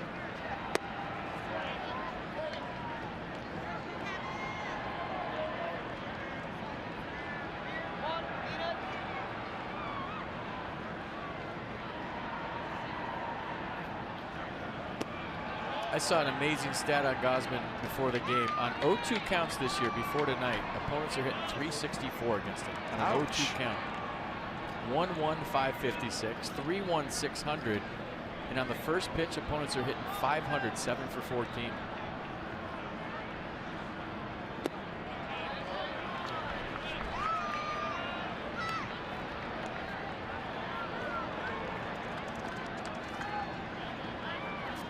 Well, maybe when you've gone 1 inning in your most recent start and threw 20 pitches, you're a little stronger. Because that's when he was tossed. 3-2 to Worth. Jason, knowing that low strike zone, goes down to get it, and it's a foul ball. That's a good point by you. You know, you get tossed in the top of the second, you come back. Some guys it would affect in a negative way, but it looks like a power pitcher. Kevin Gausman's sharp here tonight. And the other thing, that was a great swing by Jason Worth. Might have been ball 4, but based on sitting in the dugout, like you said, I think yesterday, watching the game, not back in the cage or watching video, watching the game, he knew he better be hacking right there, and he almost doubled.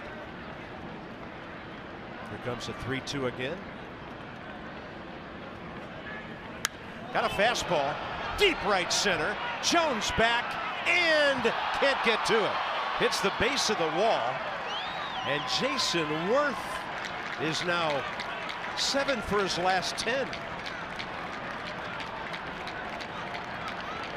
I'll tell you what, most center fielders, you're thinking doubling the gap, but with Adam Jones running for that, I was wondering, is he going to catch this? What an effort by Adam Jones. Jason Worth stay hot. 4 hits yesterday, 2 home runs and a double. Now another double, couple of hits here today. Jones didn't hit that hard, but he catches a lot of those. Well, maybe he did hit a little harder than I thought watching that replay. I think the angle he hit is the big difference there. Kind of ricocheted off the fence. Good effort by Jones. Good swing by Worth. So the Nats are making some noise. All of their 4 hits in the last 2+ innings. Bryce Harper, strikeout, walk.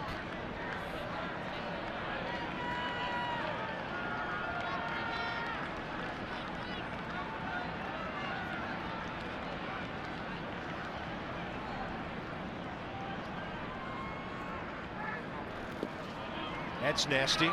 Worth reads it, goes to third, and with the left fielder Rickard charging in, no need to try to score when you're down by 5. And Jason Worth heads up base runner.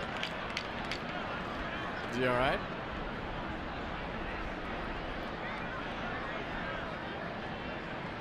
Surprise, Joseph. Did you see that? Jason Worth had 4 hits yesterday, 2 home runs.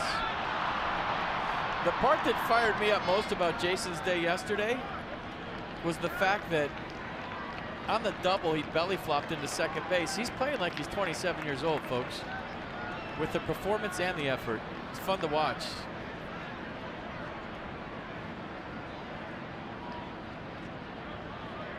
By the way, Jason Worth is now hitting over 300. And if I'm in the third base dugout right now, it's kind of one of those blah nights, right? You're kind of feeling it at home. We're feeling it up here. 4 runs in the first. Something like a 37-year-old diving into first base on a ball that hits the dirt might fire everybody up. I know it got my attention up here. Bryce Harper looking for his 28th RBI. That'll get it done. Up the middle, can't be handled there by J.J. Hardy. You would think base hit for Bryce Harper, and it's a 6-2 game. I'm telling you, circle that little ball in the dirt, and Jason Worth getting to third. He doesn't score on that if he's at second. And I'm sure he's going to get tons of high fives in the Nats dugout right now for the effort. Bryce Harper, base hit up the middle, scores Jason Worth. Good swing by Bryce. All right, hold on, stay tuned. Well, Zimmerman's next.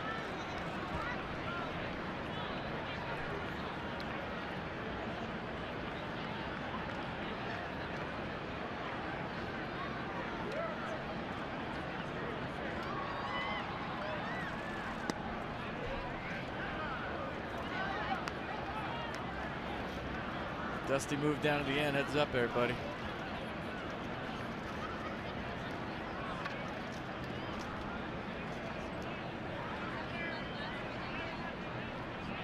We'll let him run that camera if it gets the Nats back even. Probably do it. You can do everything else. Only for a while. Ryan Zimmerman pops one back out of play.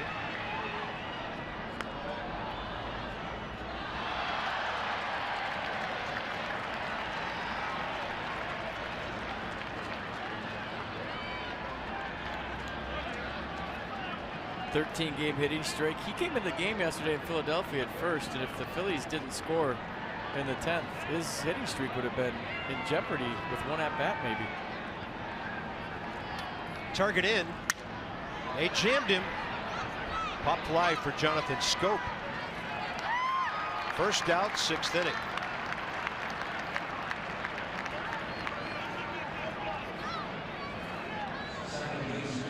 Murphy and Rendon the next two.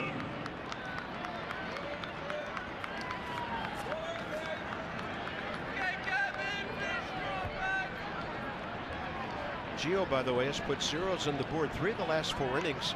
And when you look at the way this game has shook out, if this was a National League game, he probably would have been pinch hit for in the top of the 5th inning. Down by 6. Still in there, battling and trying to keep the O's at bay and see if his offense can catch up.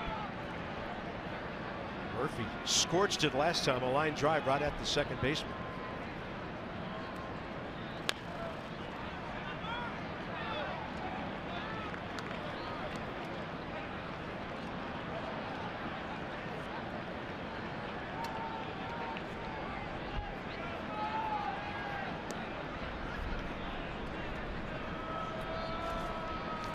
Rendon, double right field line last time up.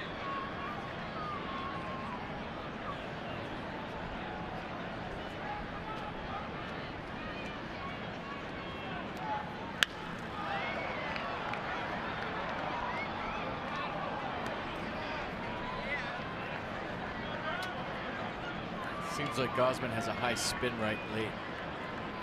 A lot of guys fouling off good pitches tonight, even though it says 94, 95, and that's a respectable fastball. It seems like it's playing a little more quick than that. 96, 97. Yeah, I thought Murph was all over that one. Yeah. And he was late. What does he have on 0-2? Fastball up, and Murphy gets up to foul it away.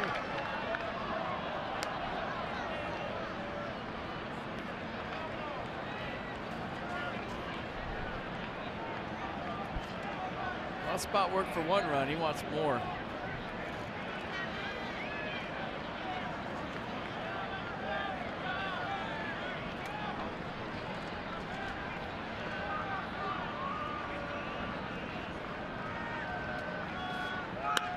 Murphy guides one left side. They'll try to turn it. Murphy beats out the relay. And the inning appears to still be alive for Anthony Rendon.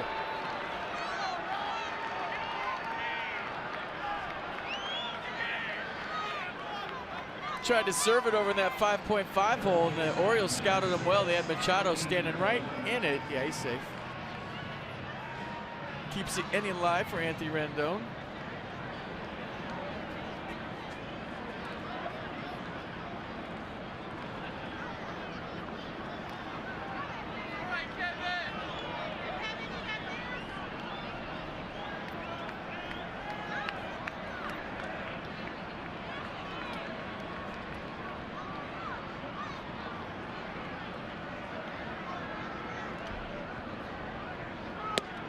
Fastball in there. Gosman approaching 100. Gio is at 92 pitches through his 5 innings.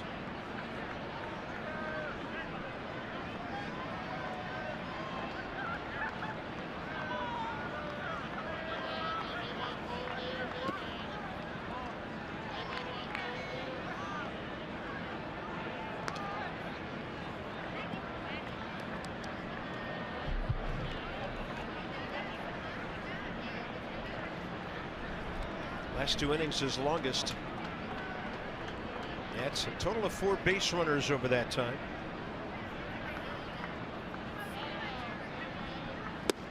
That's a good take. That ball was a strike for a while, given that low strike zone we've seen all night. Nice one.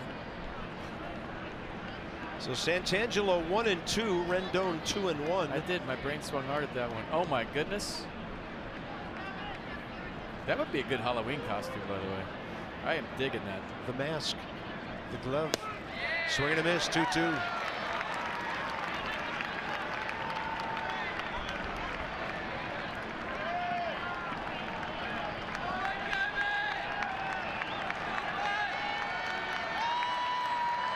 Crowd making some noise. They want this 6th inning over, at least the top half.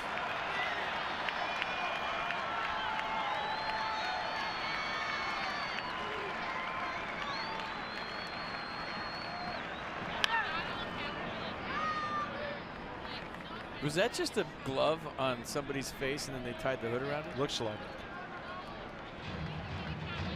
That is and fantastic. That's not catching anything. Look at the mouth where you put your hand and then the eyes or the webbing. Freddie Glover.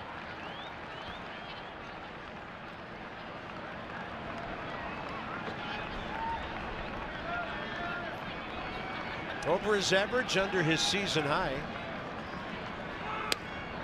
And Rendon able to hop back from that inside fastball.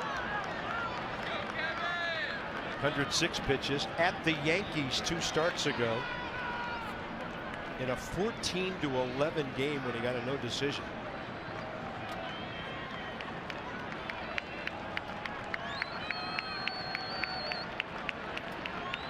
Long at bat here, 3-2. Murphy on the move.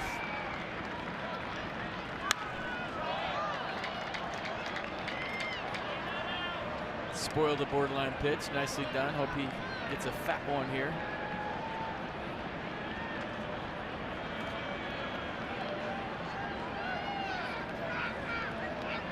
Michael Gibbons, right-hander.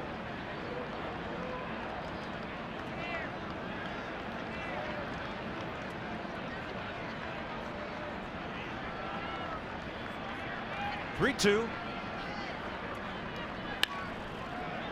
That ball made Machado back up. High throw.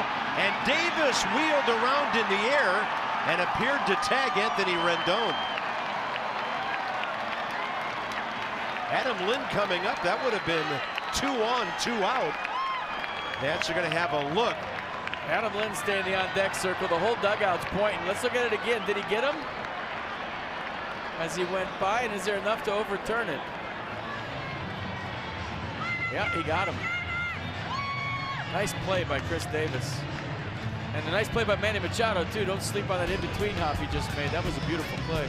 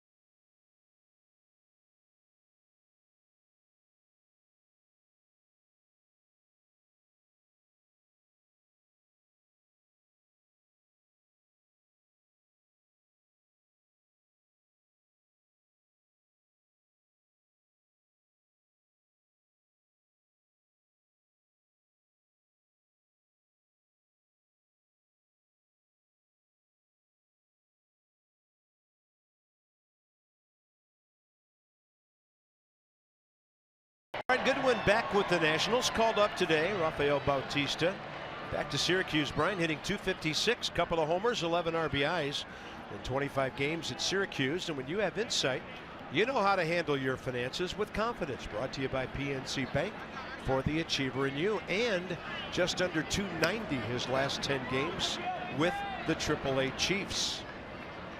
Gio's 93rd pitch of the night and the 6th inning, bottom half underway with J.J. Hardy.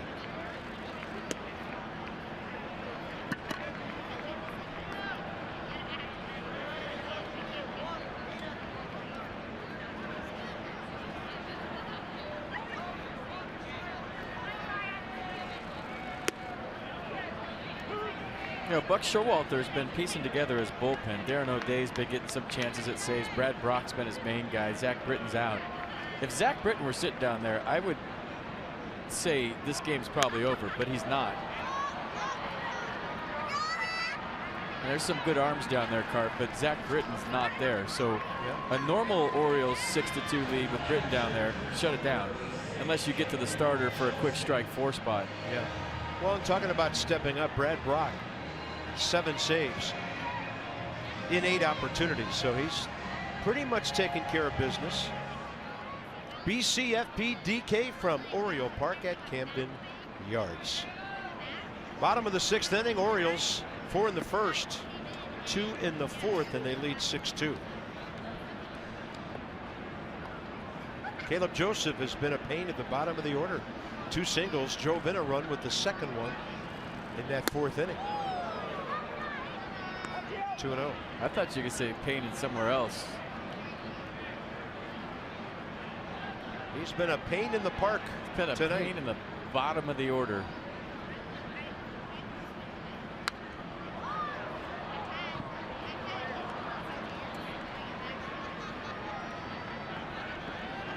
Caleb Joseph had the best quotes of that series in Boston. He's, hey, we just want to get back to playing baseball. We'd love to play baseball. All this other stuff's horrible. And he's 3 for 3.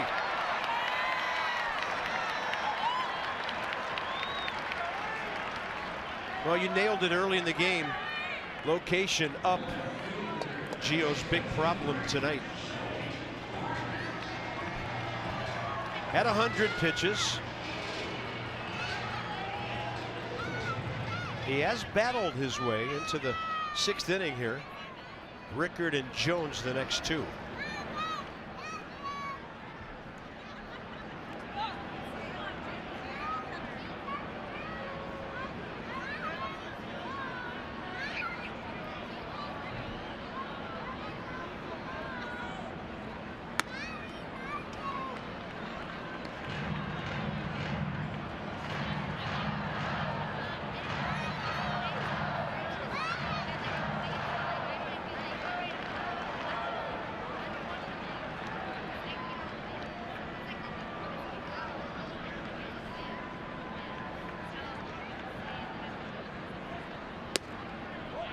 Counts even.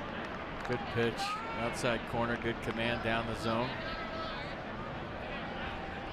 It's a ground ball waiting to happen.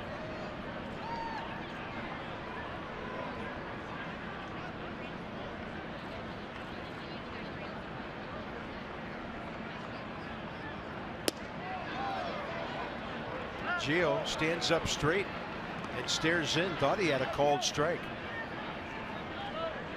Lake Trinan warming.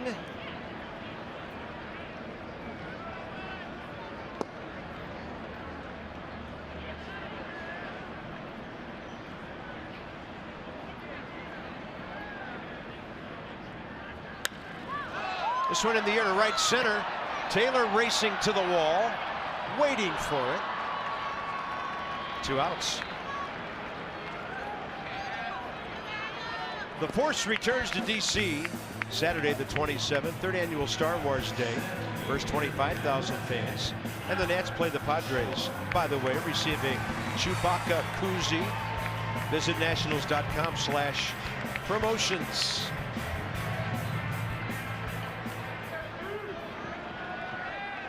Here's Adam Jones. You figured on a night when Jones and Machado were 0 for 6 you'd either be ahead or right in the ballgame. The other O's have done the damage tonight.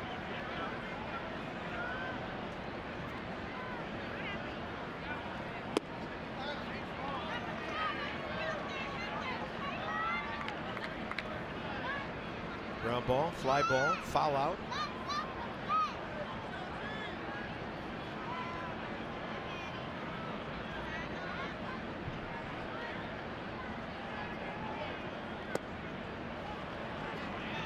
"31 years of age, birthday in August, still playing at a very high level.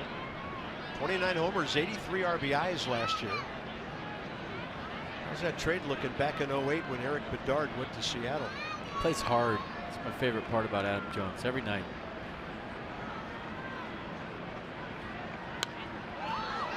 And he's obviously a tremendous talent. A great center fielder. He's got pop, but his approach to the game on a daily basis is what won me over. You don't see too many superstars play as hard as Adam Jones. He brings it every day, whether he's sliding, diving in the outfield, running the bases. Crashed into the wall tonight.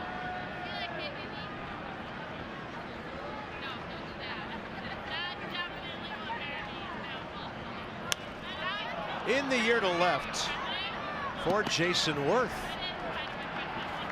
So Gio, some problems early, but he's battled his way through 6, over 100 pitches. And the Nats coming up.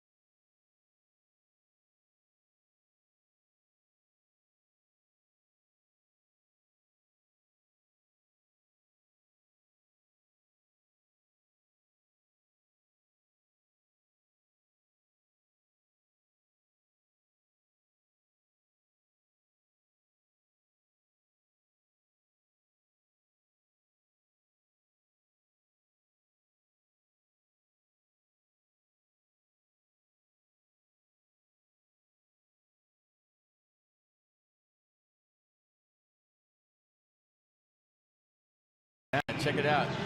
Glittery, curly W. 6-2 Orioles as we go to the top of the 7th. I don't know if you've heard about this, but Trey Turner has a bobblehead giveaway. It's presented by us, Masson. First 25,000 fans, May 12th. 7:05 against the Phillies. You get a Trey Turner bobblehead. If you haven't heard about it, you haven't watched the show because we've told you about it every night. Go to nationals.com/promotions for more details. Yeah, slide into the ballpark, it says.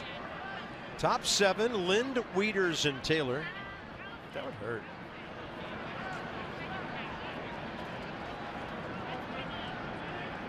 You know why? Because you get the turnstile thing right in your forehead. Throw your arms up in the air and go spikes first. Take out the turnstile. Go old school. Run over the turnstile into Nats Park. That's right. Nothing in the new rules about turnstiles. That's right. They're pretty durable last time I checked. Lind probably feels like a basketball player who has had some good looks, but hasn't knocked down a shot. He's had some good swings against Kevin Gausman, but on 2 strikes, he's been throwing some nasty pitches. 1 ball, 1 strike. And he'd probably tell you he fouled off a few that he wishes he had back early in the count, that he shouldn't even have got to 2 strikes. Yeah. And you're right. That's a really good analogy. He has had some good looks.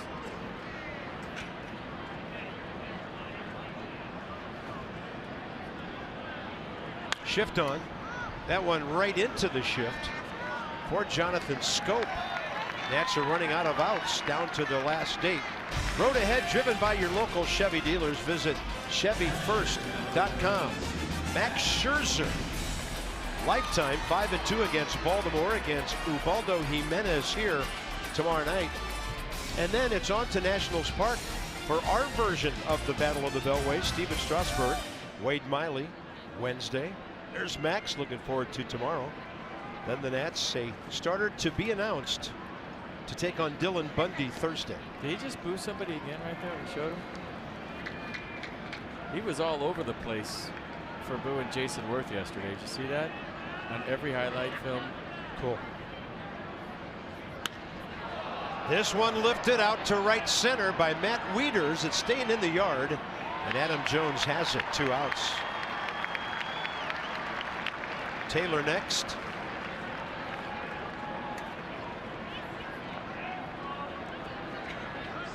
Well, and again, if you weren't with us earlier, hats off to the Class C fans of Baltimore and the Orioles organization. Nice video of Matt on the board before the game to the tune of "Welcome Back." And just a nice homecoming for him. He doesn't want to be 0 for 3, but they've made him feel good.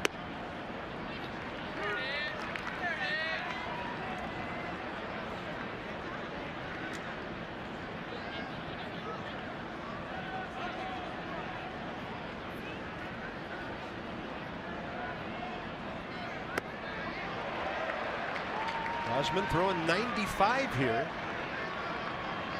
Only 6 batters tonight. Didn't see a first pitch strike. Shifting on Taylor. Makes sense. I can't remember Michael Taylor hit too many ground balls to the right side ever.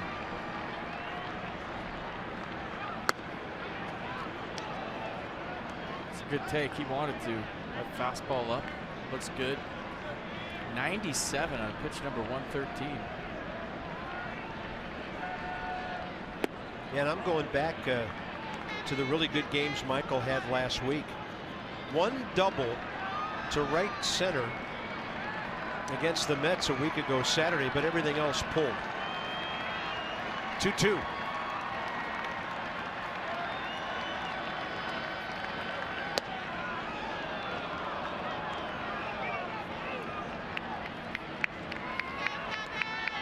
Worth 2 hits tonight. Harper on twice. One of those nights where you just play with your beard.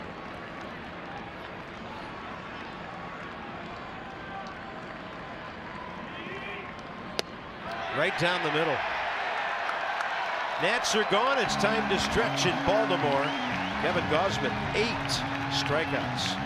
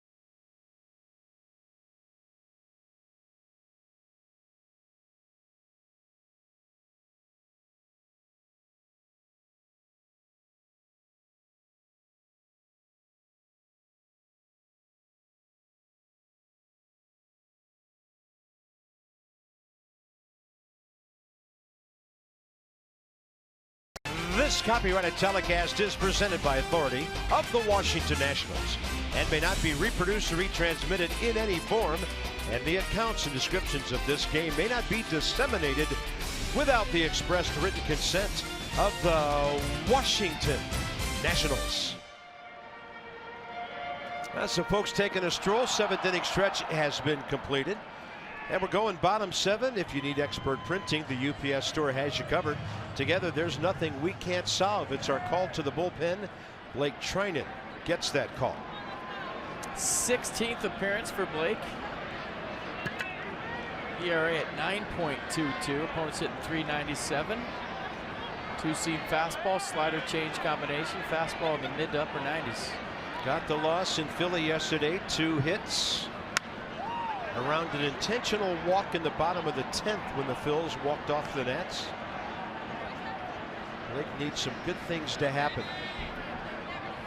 Like some 1, 2, 3 innings. The bullpen hasn't had many of those lately.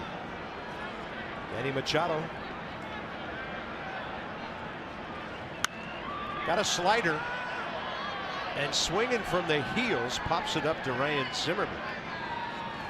But more on Trinan. Here's Dan.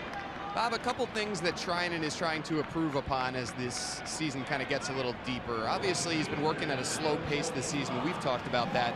That's something the pitching coach Mike Maddox has also addressed with Blake and wants him to improve upon. Averaging about 28 seconds in between pitches, just too high. Blake's saying he also needs to do a better job of getting ahead in the count. He's only thrown first pitch strikes to 50% of hitters this year. Knows he needs to get in the zone to begin at bats more frequently. That is so huge. He has such electric stuff. Fastball tails up and in to Mark Trumbo. He's faced Trinan once, base on balls career.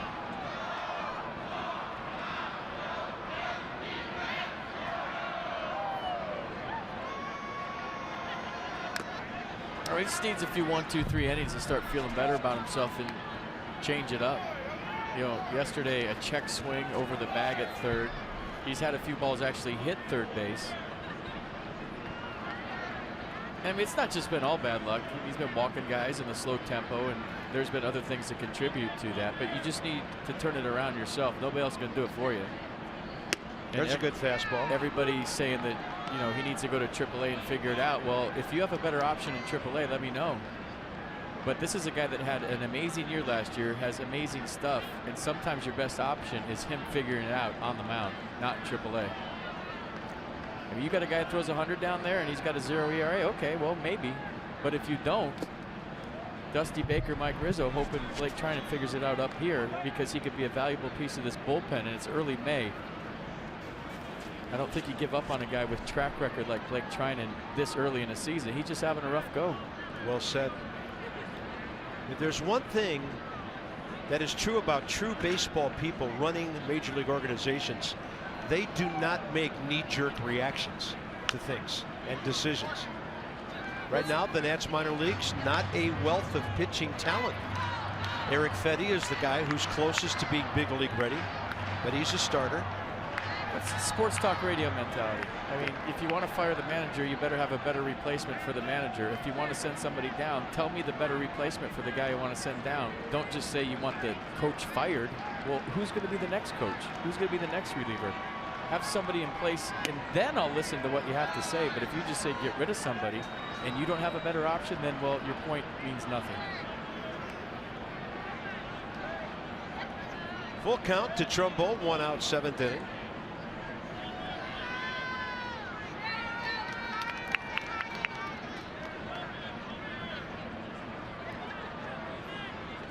That's a great slider.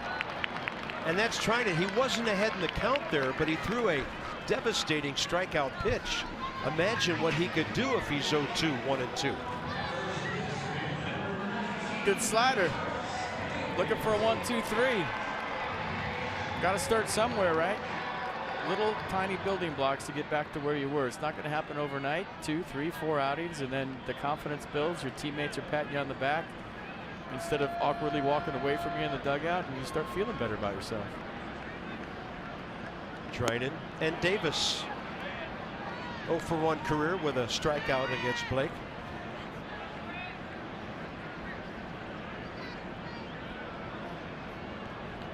This game is not lost by any means, but sometimes when you're behind and a guy goes out there and relaxes and does his thing, that can be the start of something on the positive side. Then you hope he does that when you're ahead in the late innings.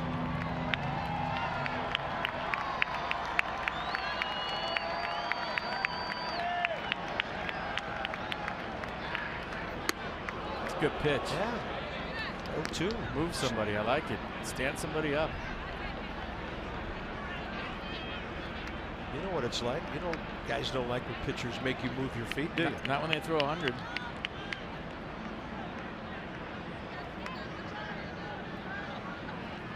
And the slider inside.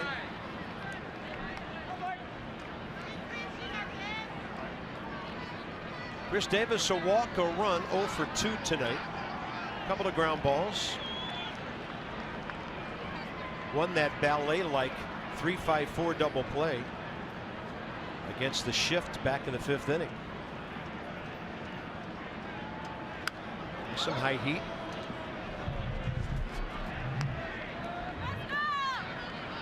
Potomac Nationals back in town Thursday.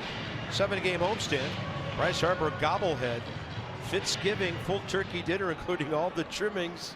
703-590-2311. I didn't know they landed in Potomac. It was Plymouth Rock. 2-2. Hey, pumping fastballs, a good battle here.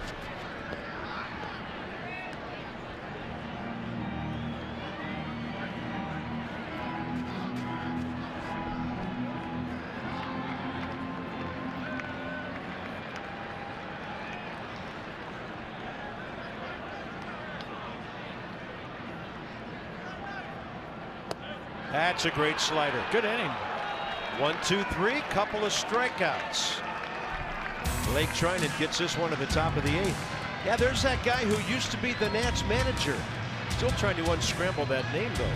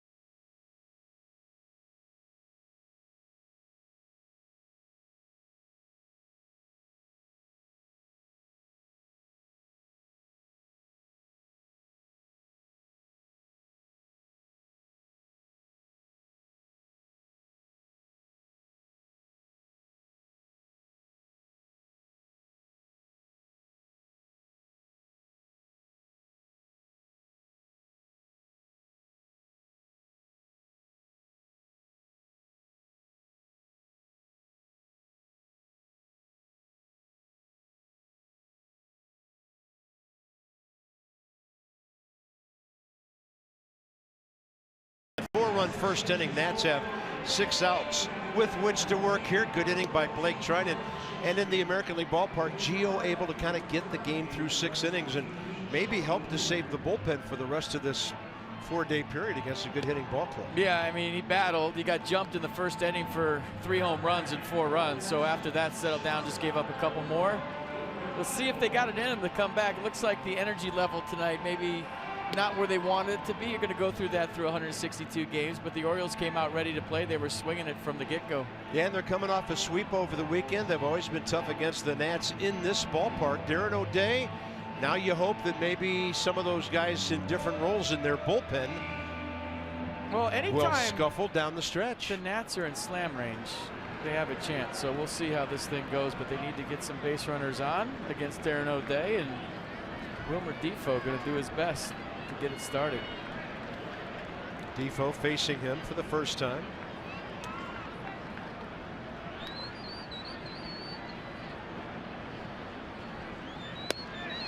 There's that side winding motion. Craig Gentry comes in, plays left field. And that moves Joey Rickard over to right. So Trumbo out of the game.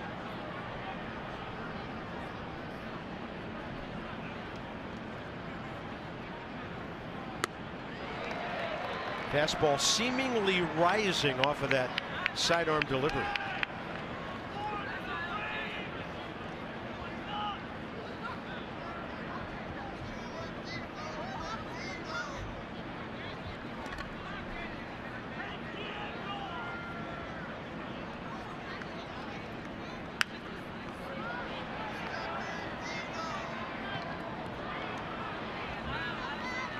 Jason Worth 4 for 5 yesterday, 2 for 3 today, 6 for his last 8. He's going to ask Matt Wieters about Darren O'Day.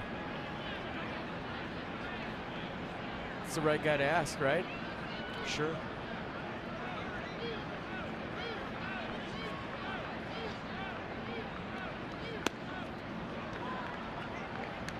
Probably told him, make it start at your shoe tops and then swing right around your belt.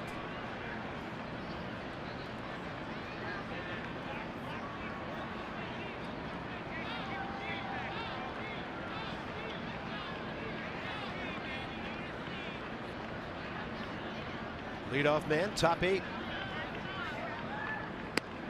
Good job of laying off those running fastballs outside.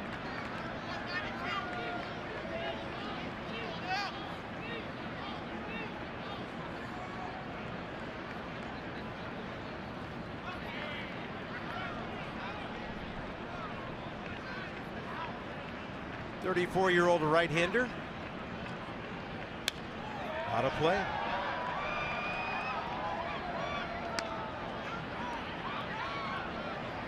There's Joe Blanton for the Nats. They have 6, 7, 8 coming up in the 8th. Looks like Dusty will take Trinan out on a nice positive note. He may have to pitch an important inning later on against the Orioles in a possible game-winning situation. 2-2. Defoe slaps it foul. Acting like a true leadoff guy here.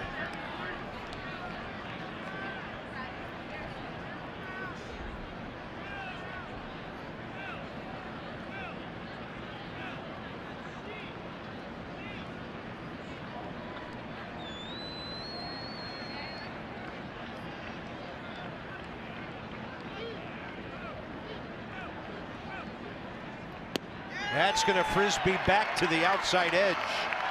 That's the 9th strikeout by Orioles pitching tonight.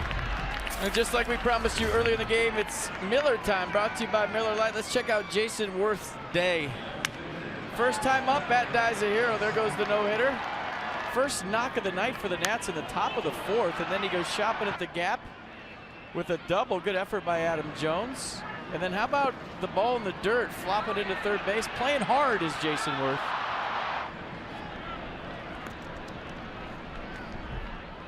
Trying to get another hit right here, right now. As you mentioned, 6 of his last 8, 7 of his last 10. There's that low heater.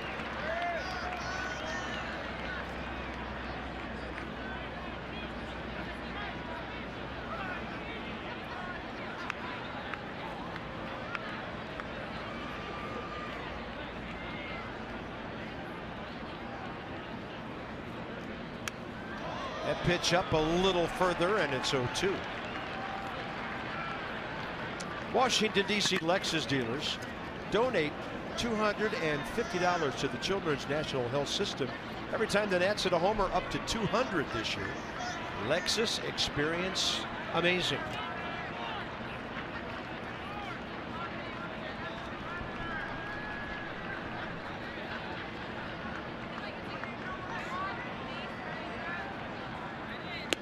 That's in there.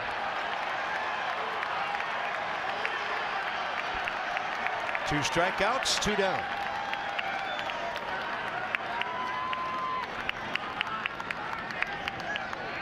Yeah, slider. Pretty good pitch. I think Jason knew it.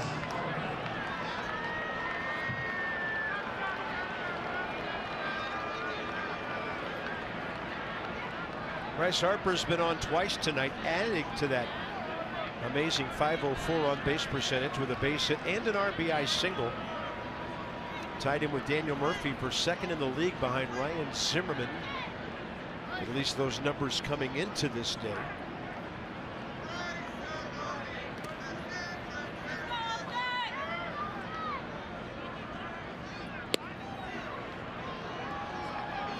Such a variance in where the ball ends up. The fastball out here or the slider right over the plate off of the sidearm delivery.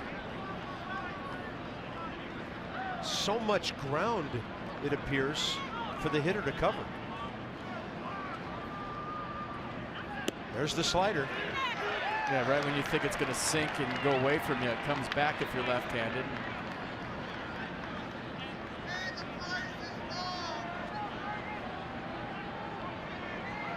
Bryce 0 for 1 career with a couple of walks against O'Day.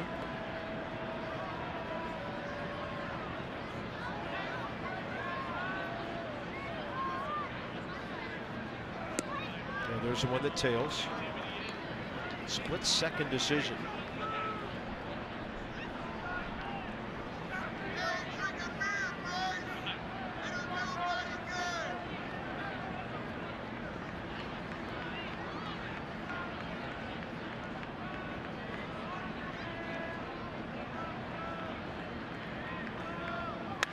That ball is hammered foul. Look out. Down in that corner, the seats turn to face the field back toward home plate. And you're looking right at a line drive. Jim Palmer's fired up. 116-mile-an-hour foul ball.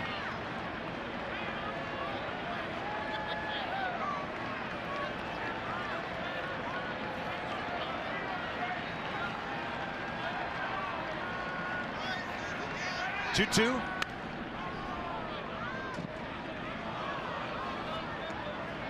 Couple of frisky swings by Bryce Harper.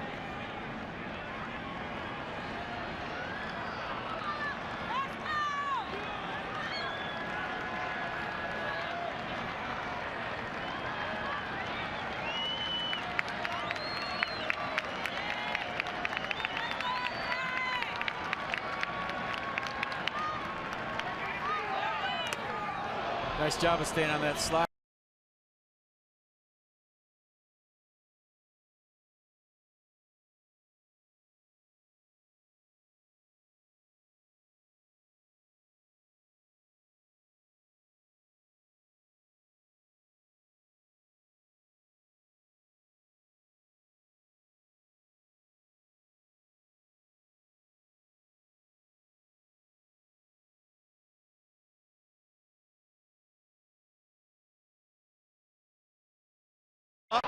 Hit to left, still going. See you later. What a battle for Bryce Harper.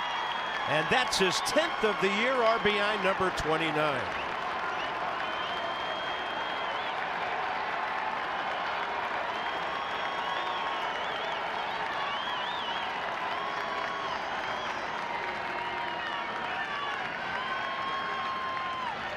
Well, he stayed on that slider to get a fastball up. So the foul ball before that extended the at-bat to get this mistake up in the zone from Darren O'Day. Look at him get on top of the fastball away and drive it out to left and make this a 3-run game. What an at-bat by Bryce Harper, home run number 10. All right, here's Zimmerman. Bryant keeps this inning alive. Things really get interesting with Murphy waiting. Outside. Opposite field with a lot of carry. And for the Orioles, Donnie Hart, their only lefty, with Zach Britton injured.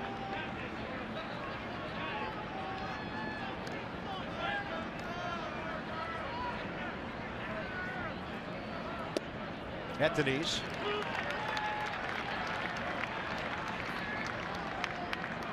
Just thinking, when you're down by 4 late in the game, are those fun at bats because you know the guy's going to challenge you for the most part, right? It's Bryce Harper's first homer to left this year. And a lot of Singles and doubles over that way. Zimmerman gets under one. This is shallow center. Adam Jones is under it. So the Nats have scored in 3 of the last 4 innings, but no crooked numbers. 6-3, bottom 8 coming up.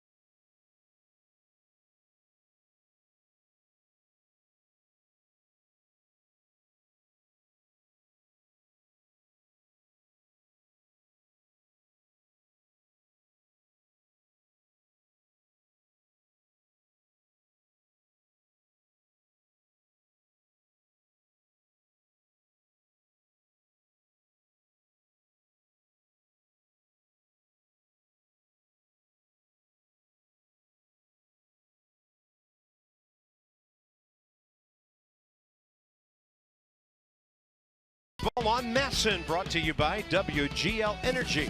They give you the power to choose your energy company for low rates. Go to WGEnergy.com/switch on. Buy American Standard Heating and Air. Get up to $1,100 in instant rebates or 0% APR for 36 months. And buy Night Point Systems. They offer the technology you need when you need it. Well, this ship hasn't sailed just yet. Bryce Harper makes it a 3-run game. The Nats will have Murphy, Rendon, and Lind in the 9th. Joe Blanton has to keep the Orioles close. In Washington area Toyota dealers help children and their families by making a donation of $37 to the Children's Inn at NIH for every strikeout by a Nats pitcher this season. So 4 tonight times 37 is $12 million. Well, here's another one of those situations where Dusty, in a game where the Nats are behind, has a chance to help a reliever kind of get things going as Joe Blanton takes over. Yeah, fastball, slider, curveball change for Joe. Fastball averages 90.4 miles an hour. Slider low and away. Trey Mancini, 2-run homer first inning. Fly ball to center and a walk.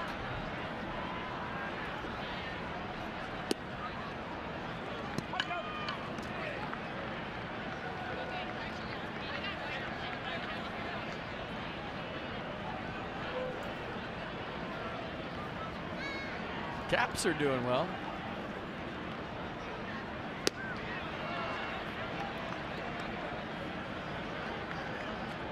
Wednesday might be a big day in sports in DC.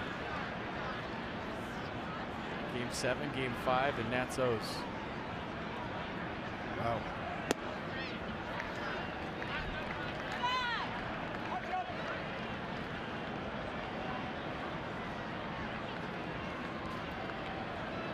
Mancini against Blanton for the first time. Good slider.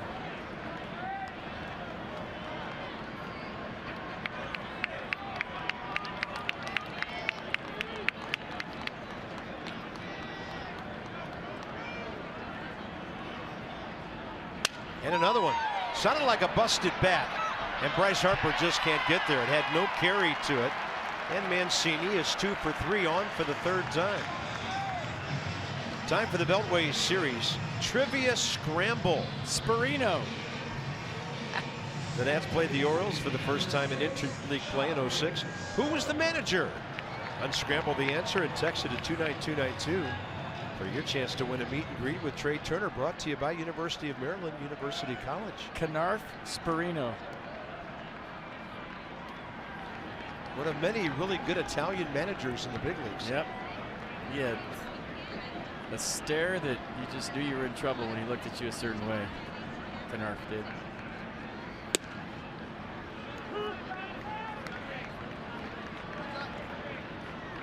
I think a better trivia question would be, who was managing the Orioles at that time? There's Brad Brock. Right now, their closer.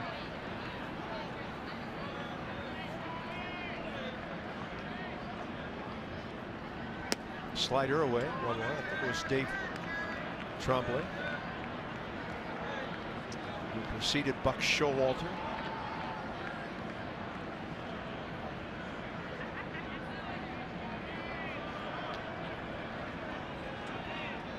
Buck's 8th year here now.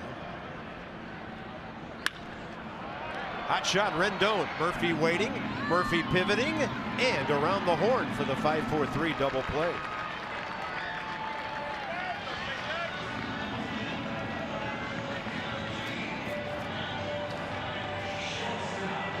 Right in the heel of the glove. Good feed, good turn.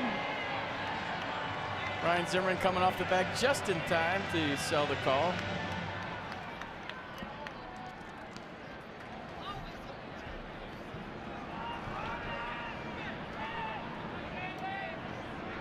Sam Perlazzo was still managing the O's in 06. Yeah, the first year the Nats were in D.C., they did not play the Orioles in interleague play. So Scope retired. J.J. Hardy, the hitter, 0 for 2 with a walk. 2 for 13 career against Joe Blanton.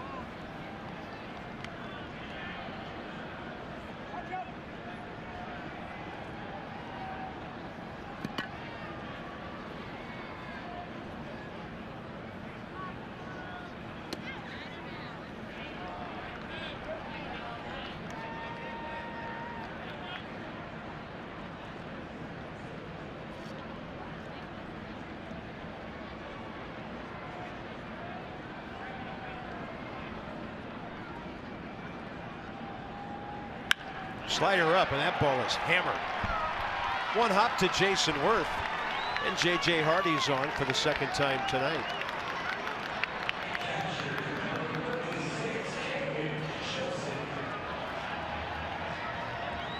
Caleb Joseph, the catcher.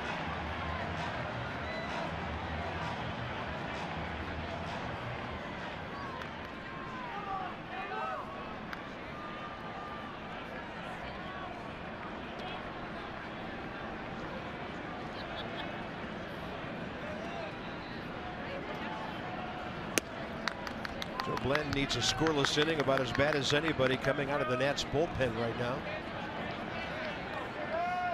Trying to keep this a 3-run game.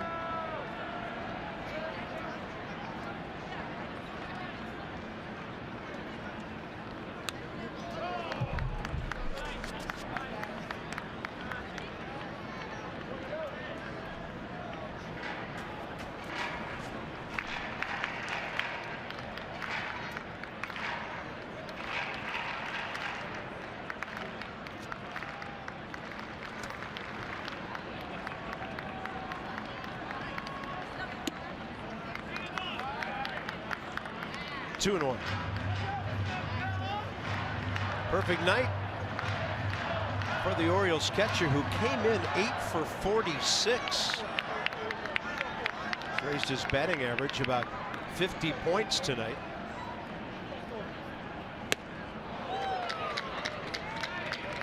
Two. Rally lid. Early, but we'll take it.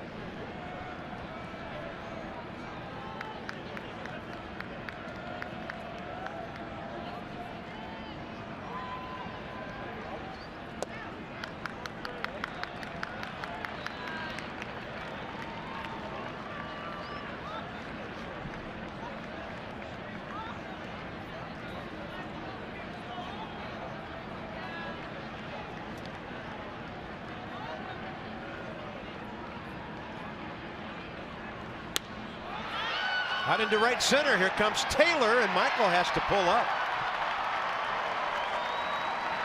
If you can't catch it, that's a good decision, because if he gets caught in between, that's an add-on run. 4 for 4 for Caleb Joseph.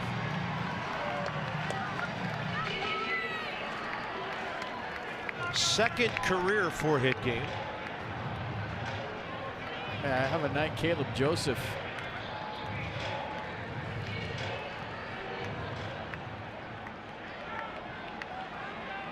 There's Joey Rickard.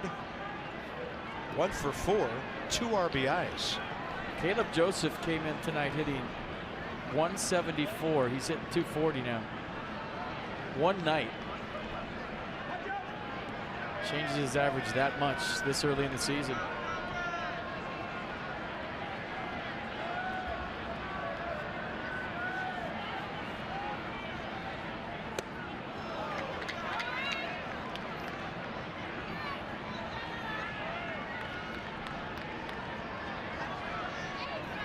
Rickard first at bat against Joe Blanton.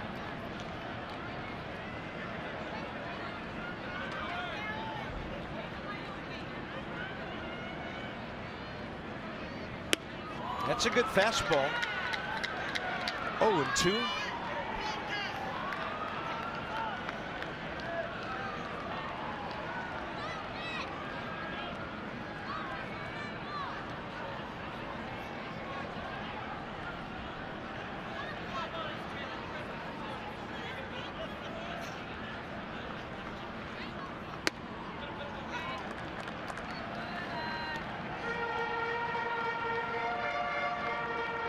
That's a big out right here. You're 2 bloops and a bomb away with no Zach Britton in the Orioles bullpen. So if you keep it 6-3, you still got a chance. This game ain't over, but you can't let it get any further away.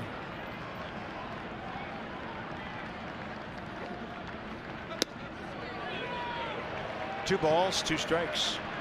With Zach Britton out there, it's start the cars, drive home safely. Not the case right now. Got a chance. Yeah, Murphy followed by Rendon and Lynn, top 9.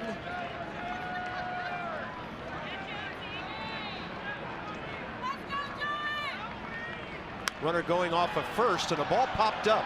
Not a lot of room here. Rendon right there at the barrier.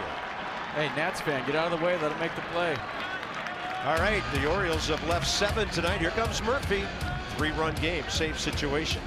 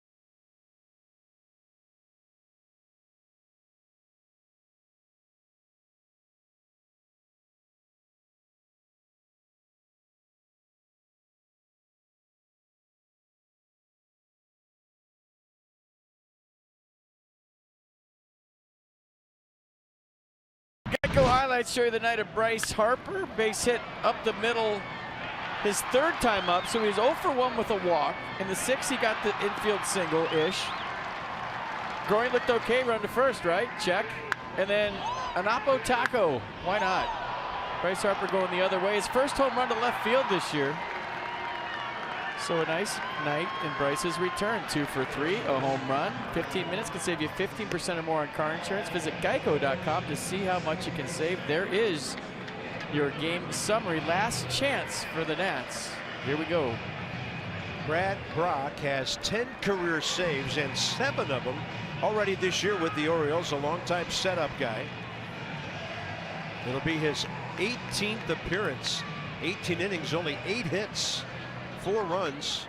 He's walked 6, struck out 17. First up is Murphy. 2 for 3 career against him with a run batted in. Yeah, fastball slider change from Brock. Fastball 64% of the time at 94 miles an hour. Nats need some base runners. No strike call there.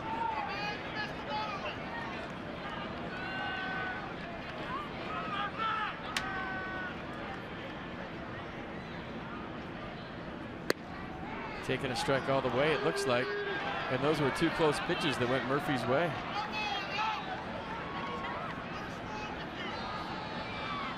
Anthony Rendon 1 for 3 with a double.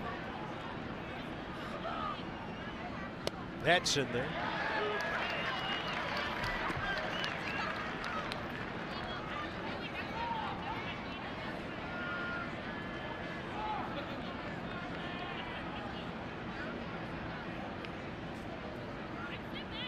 Way inside.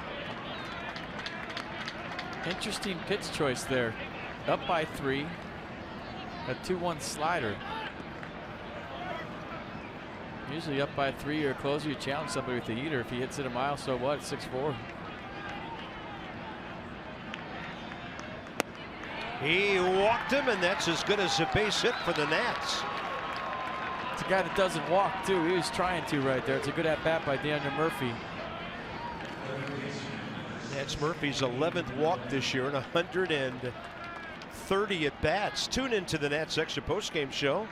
Johnny Holiday, Ray Knight at an undisclosed location in a studio with all the highlights of this one. When the game's over, who but WB Mason?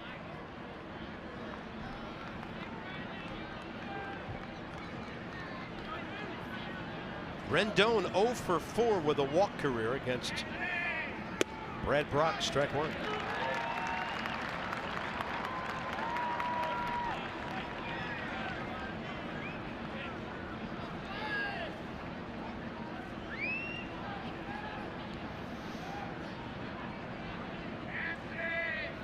Boy, you talk about a script here. What if you load him up for Matt Wieters? What if? I don't know. I like where you're going with that. Got to get the line moving. Just a thought. Yeah, load him up for that guy. That'd be some kind of return, wouldn't it? Yeah. I don't think he'd get a rousing ovation for that walk up. That's a good job by Rendon of laying off the fastball up. That was a pop-up waiting to happen. I'll tell you what Wieters is thinking of right now.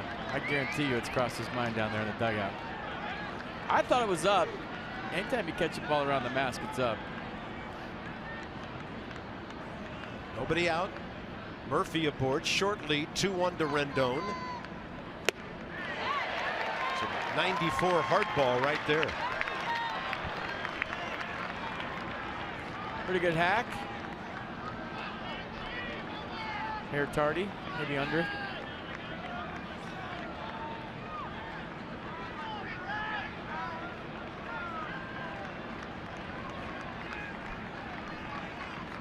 Two. But quick hands to react late to that heater. Yeah, he can wait a click longer than most guys with that swing.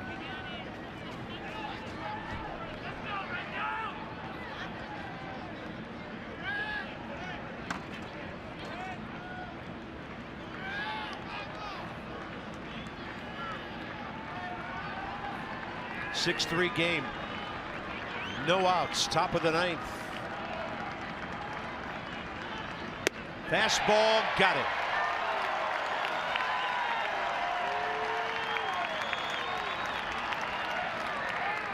I mean, he's filling up the strike zone, right? Going after guys.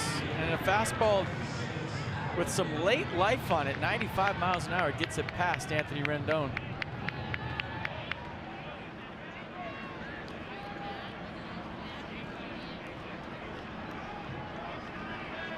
Adam Lind Somehow in all of his years in the American League, he and Brock have avoided each other. Fastball away.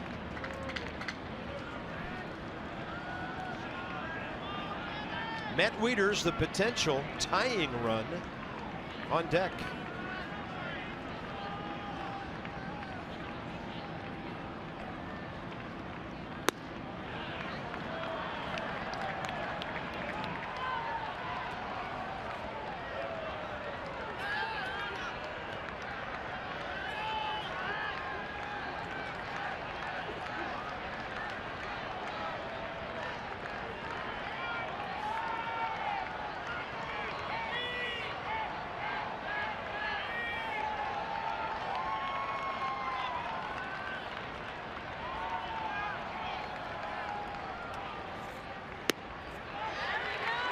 He gets a call on a 2-0 pitch. I like the strategy here. Take a strike until you represent the tie and run, then let it rip.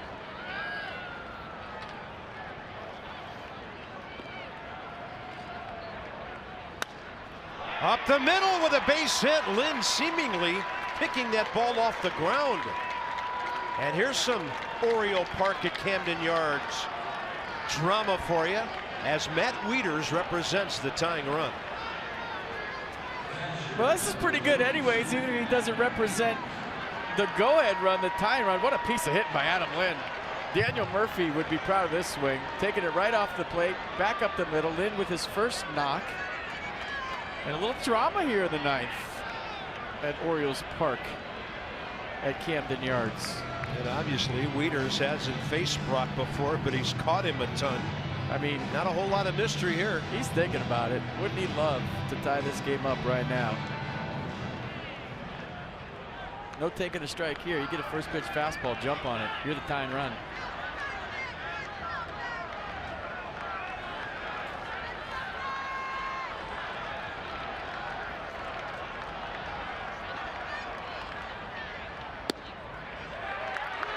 Can't hit that ball out of the park.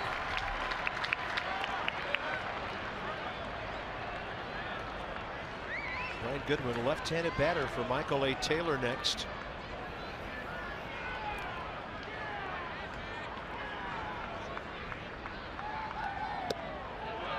One. If he's going to stay away, Matt Wieters has enough pop to leave like Bryce did to left center.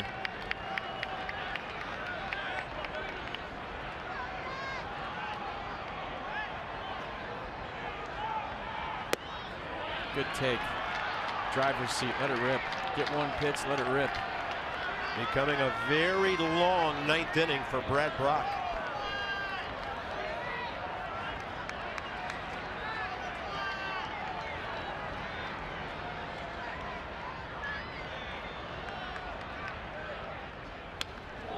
He got a center cut heater right there. He did, let it rip.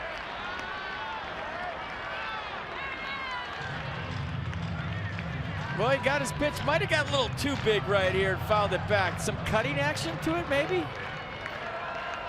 I don't think he can get too big in a situation like this. I think that ball just cut off the barrel down to his label and he missed it.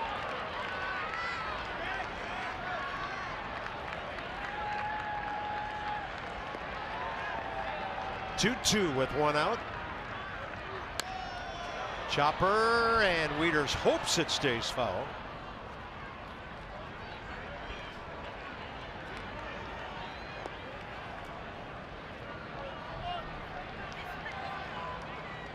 This is all you can ask. Fall behind 4-0 in the first, 6-0 in the fourth. 5 innings later, you have the tying run with a bat in his hands.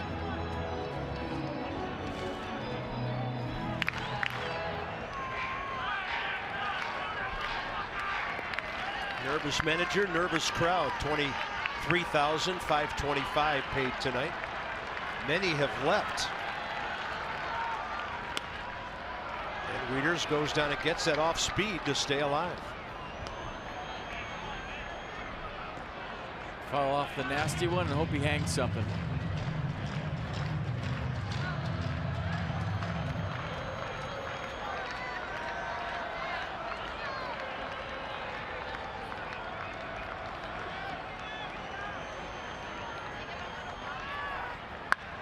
Wieters to right center. It's beyond the reach of Rickard. Coming home to score will be Murphy. To third is Lind. It's a 6-4 game. Hold on. Hold on. Hold your horses.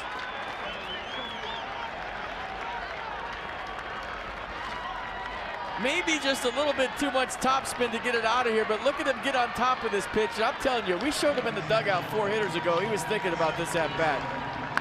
Goes back to DeAndre Murphy against the Mets, Jason Worth against the Phillies, and now Matt Wieters against his old team, the Orioles. That's how it goes, folks. You don't want me, I'm going to show you what you're missing. And Matt Wieters with a big hit against his old ball club, making this a 2-run game. Tie and run on second, 1 out. Same seats, everybody. Same seats. Brian Goodwin with a bat, waiting, and Trey Turner now will be the pinch runner for Matt Wieters. And that's huge because anything that gets into the outfield likely ties the game. You get a double, get back to the dugout, say, hey, way to swing it now. Give me a scouting report on this guy. Everybody going to Matt Wieters tonight, asking him what this guy's got. Everybody laughing down there. And that's fighting. I like it. Nothing to lose here.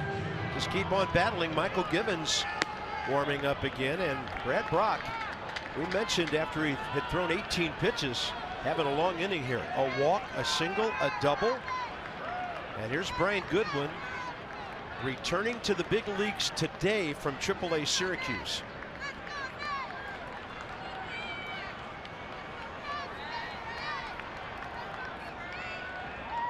Pull hitter. That's a fair ball. Uh-oh, uh-oh. We got 2 runners over at third base. Trey Turner went to third. Adam Lind did not go. And now they got Lind hung up between third and home to end the game.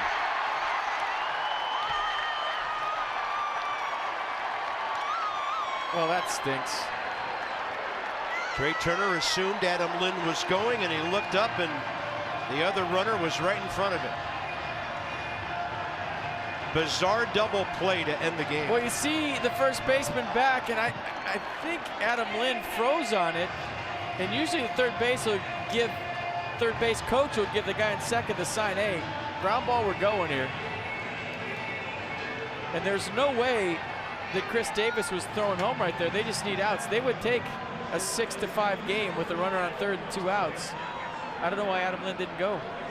And instead they get a game-ending double play. The Nats lose it 6-5.